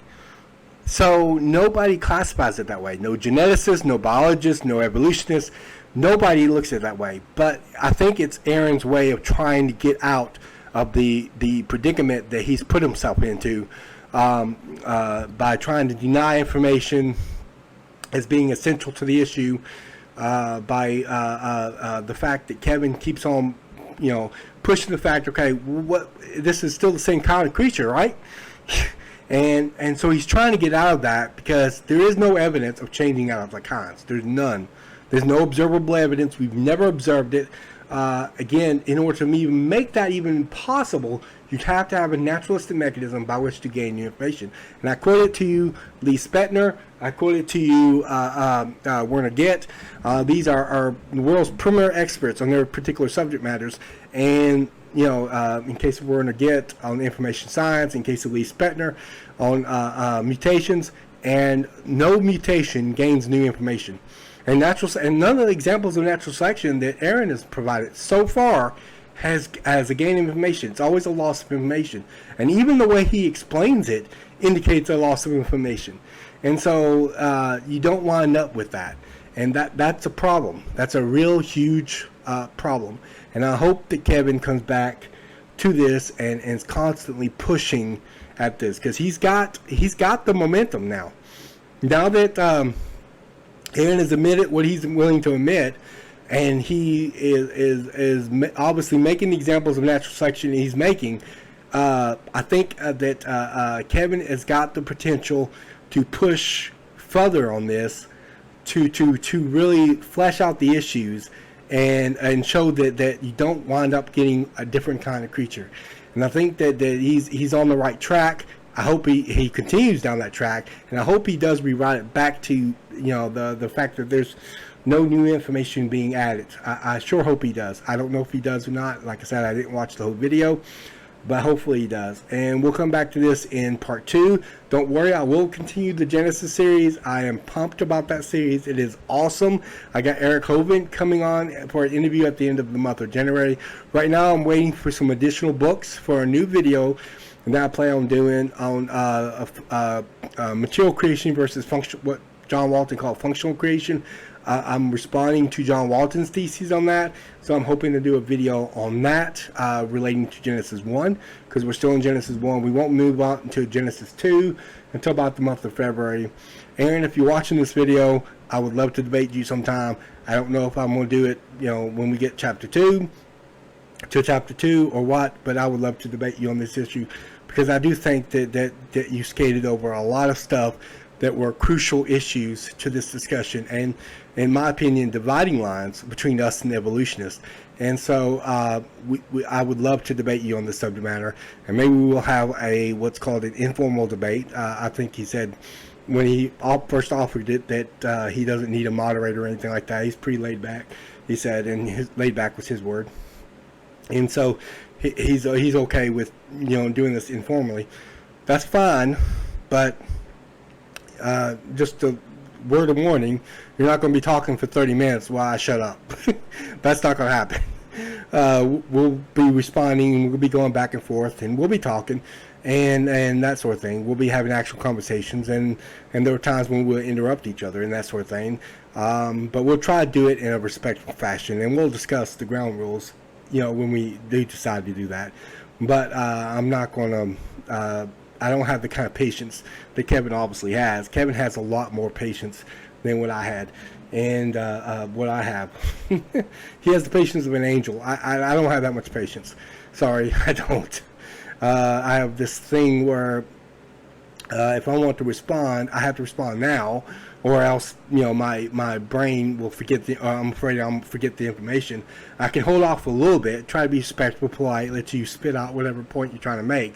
Just don't take 30 minutes to make it, because I will cut in there eventually, and that sort of thing. Plus, I don't want to have to deal with 100 different things to respond to and may only have 10 minutes, because obviously Aaron didn't have no problem interjecting with Kevin, and Kevin tried to stay respectful. And I'm not saying Aaron wasn't respectable. I think Aaron was very respectable, but talking as long as Aaron did, and Kevin not talking as long as he did, Kevin only put in a little bit. I don't know if it's because some of the areas that they were targeting are areas that he didn't know. I'm very informed in this area, so I would be obviously quite different. So I wouldn't know how to respond to it. and do so factually. And obviously we have different perspectives on this, clearly. But I don't think there's any evidence for evolution. And the main issue would be the gain of new information, which is seriously lacking from this. And adding a little bit, you just end up with greater variations within a kind. You can end up with speciation from this. Not every example of natural selection is a different species, of course, but you can wind up with speciation this given enough time. That's true, but that would not be a separation of kinds.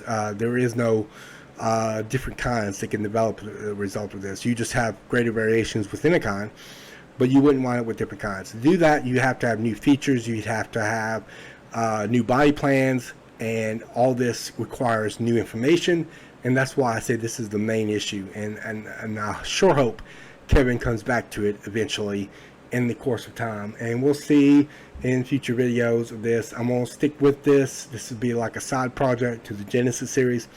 I'm going to prioritize the Genesis series over it, but it will be kind of a side project to go through this debate review.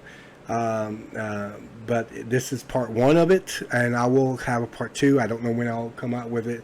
Like I said, I'm really busy with the Genesis series. I'm really pumped up about that, and I want to continue with that. But this was related to topic matter. This is not part of the series itself, but it is related to topic matter. So this is kind of a side project I'm doing while I am discussing the Genesis series too. So this is part 1. Hopefully I will come up with part 2 pretty soon. All right, we'll see. Anyway, that's all for me today. Thanks again for watching Apologetics 101. I am your host, Brian Keith Bowen, and I will see you on the next one.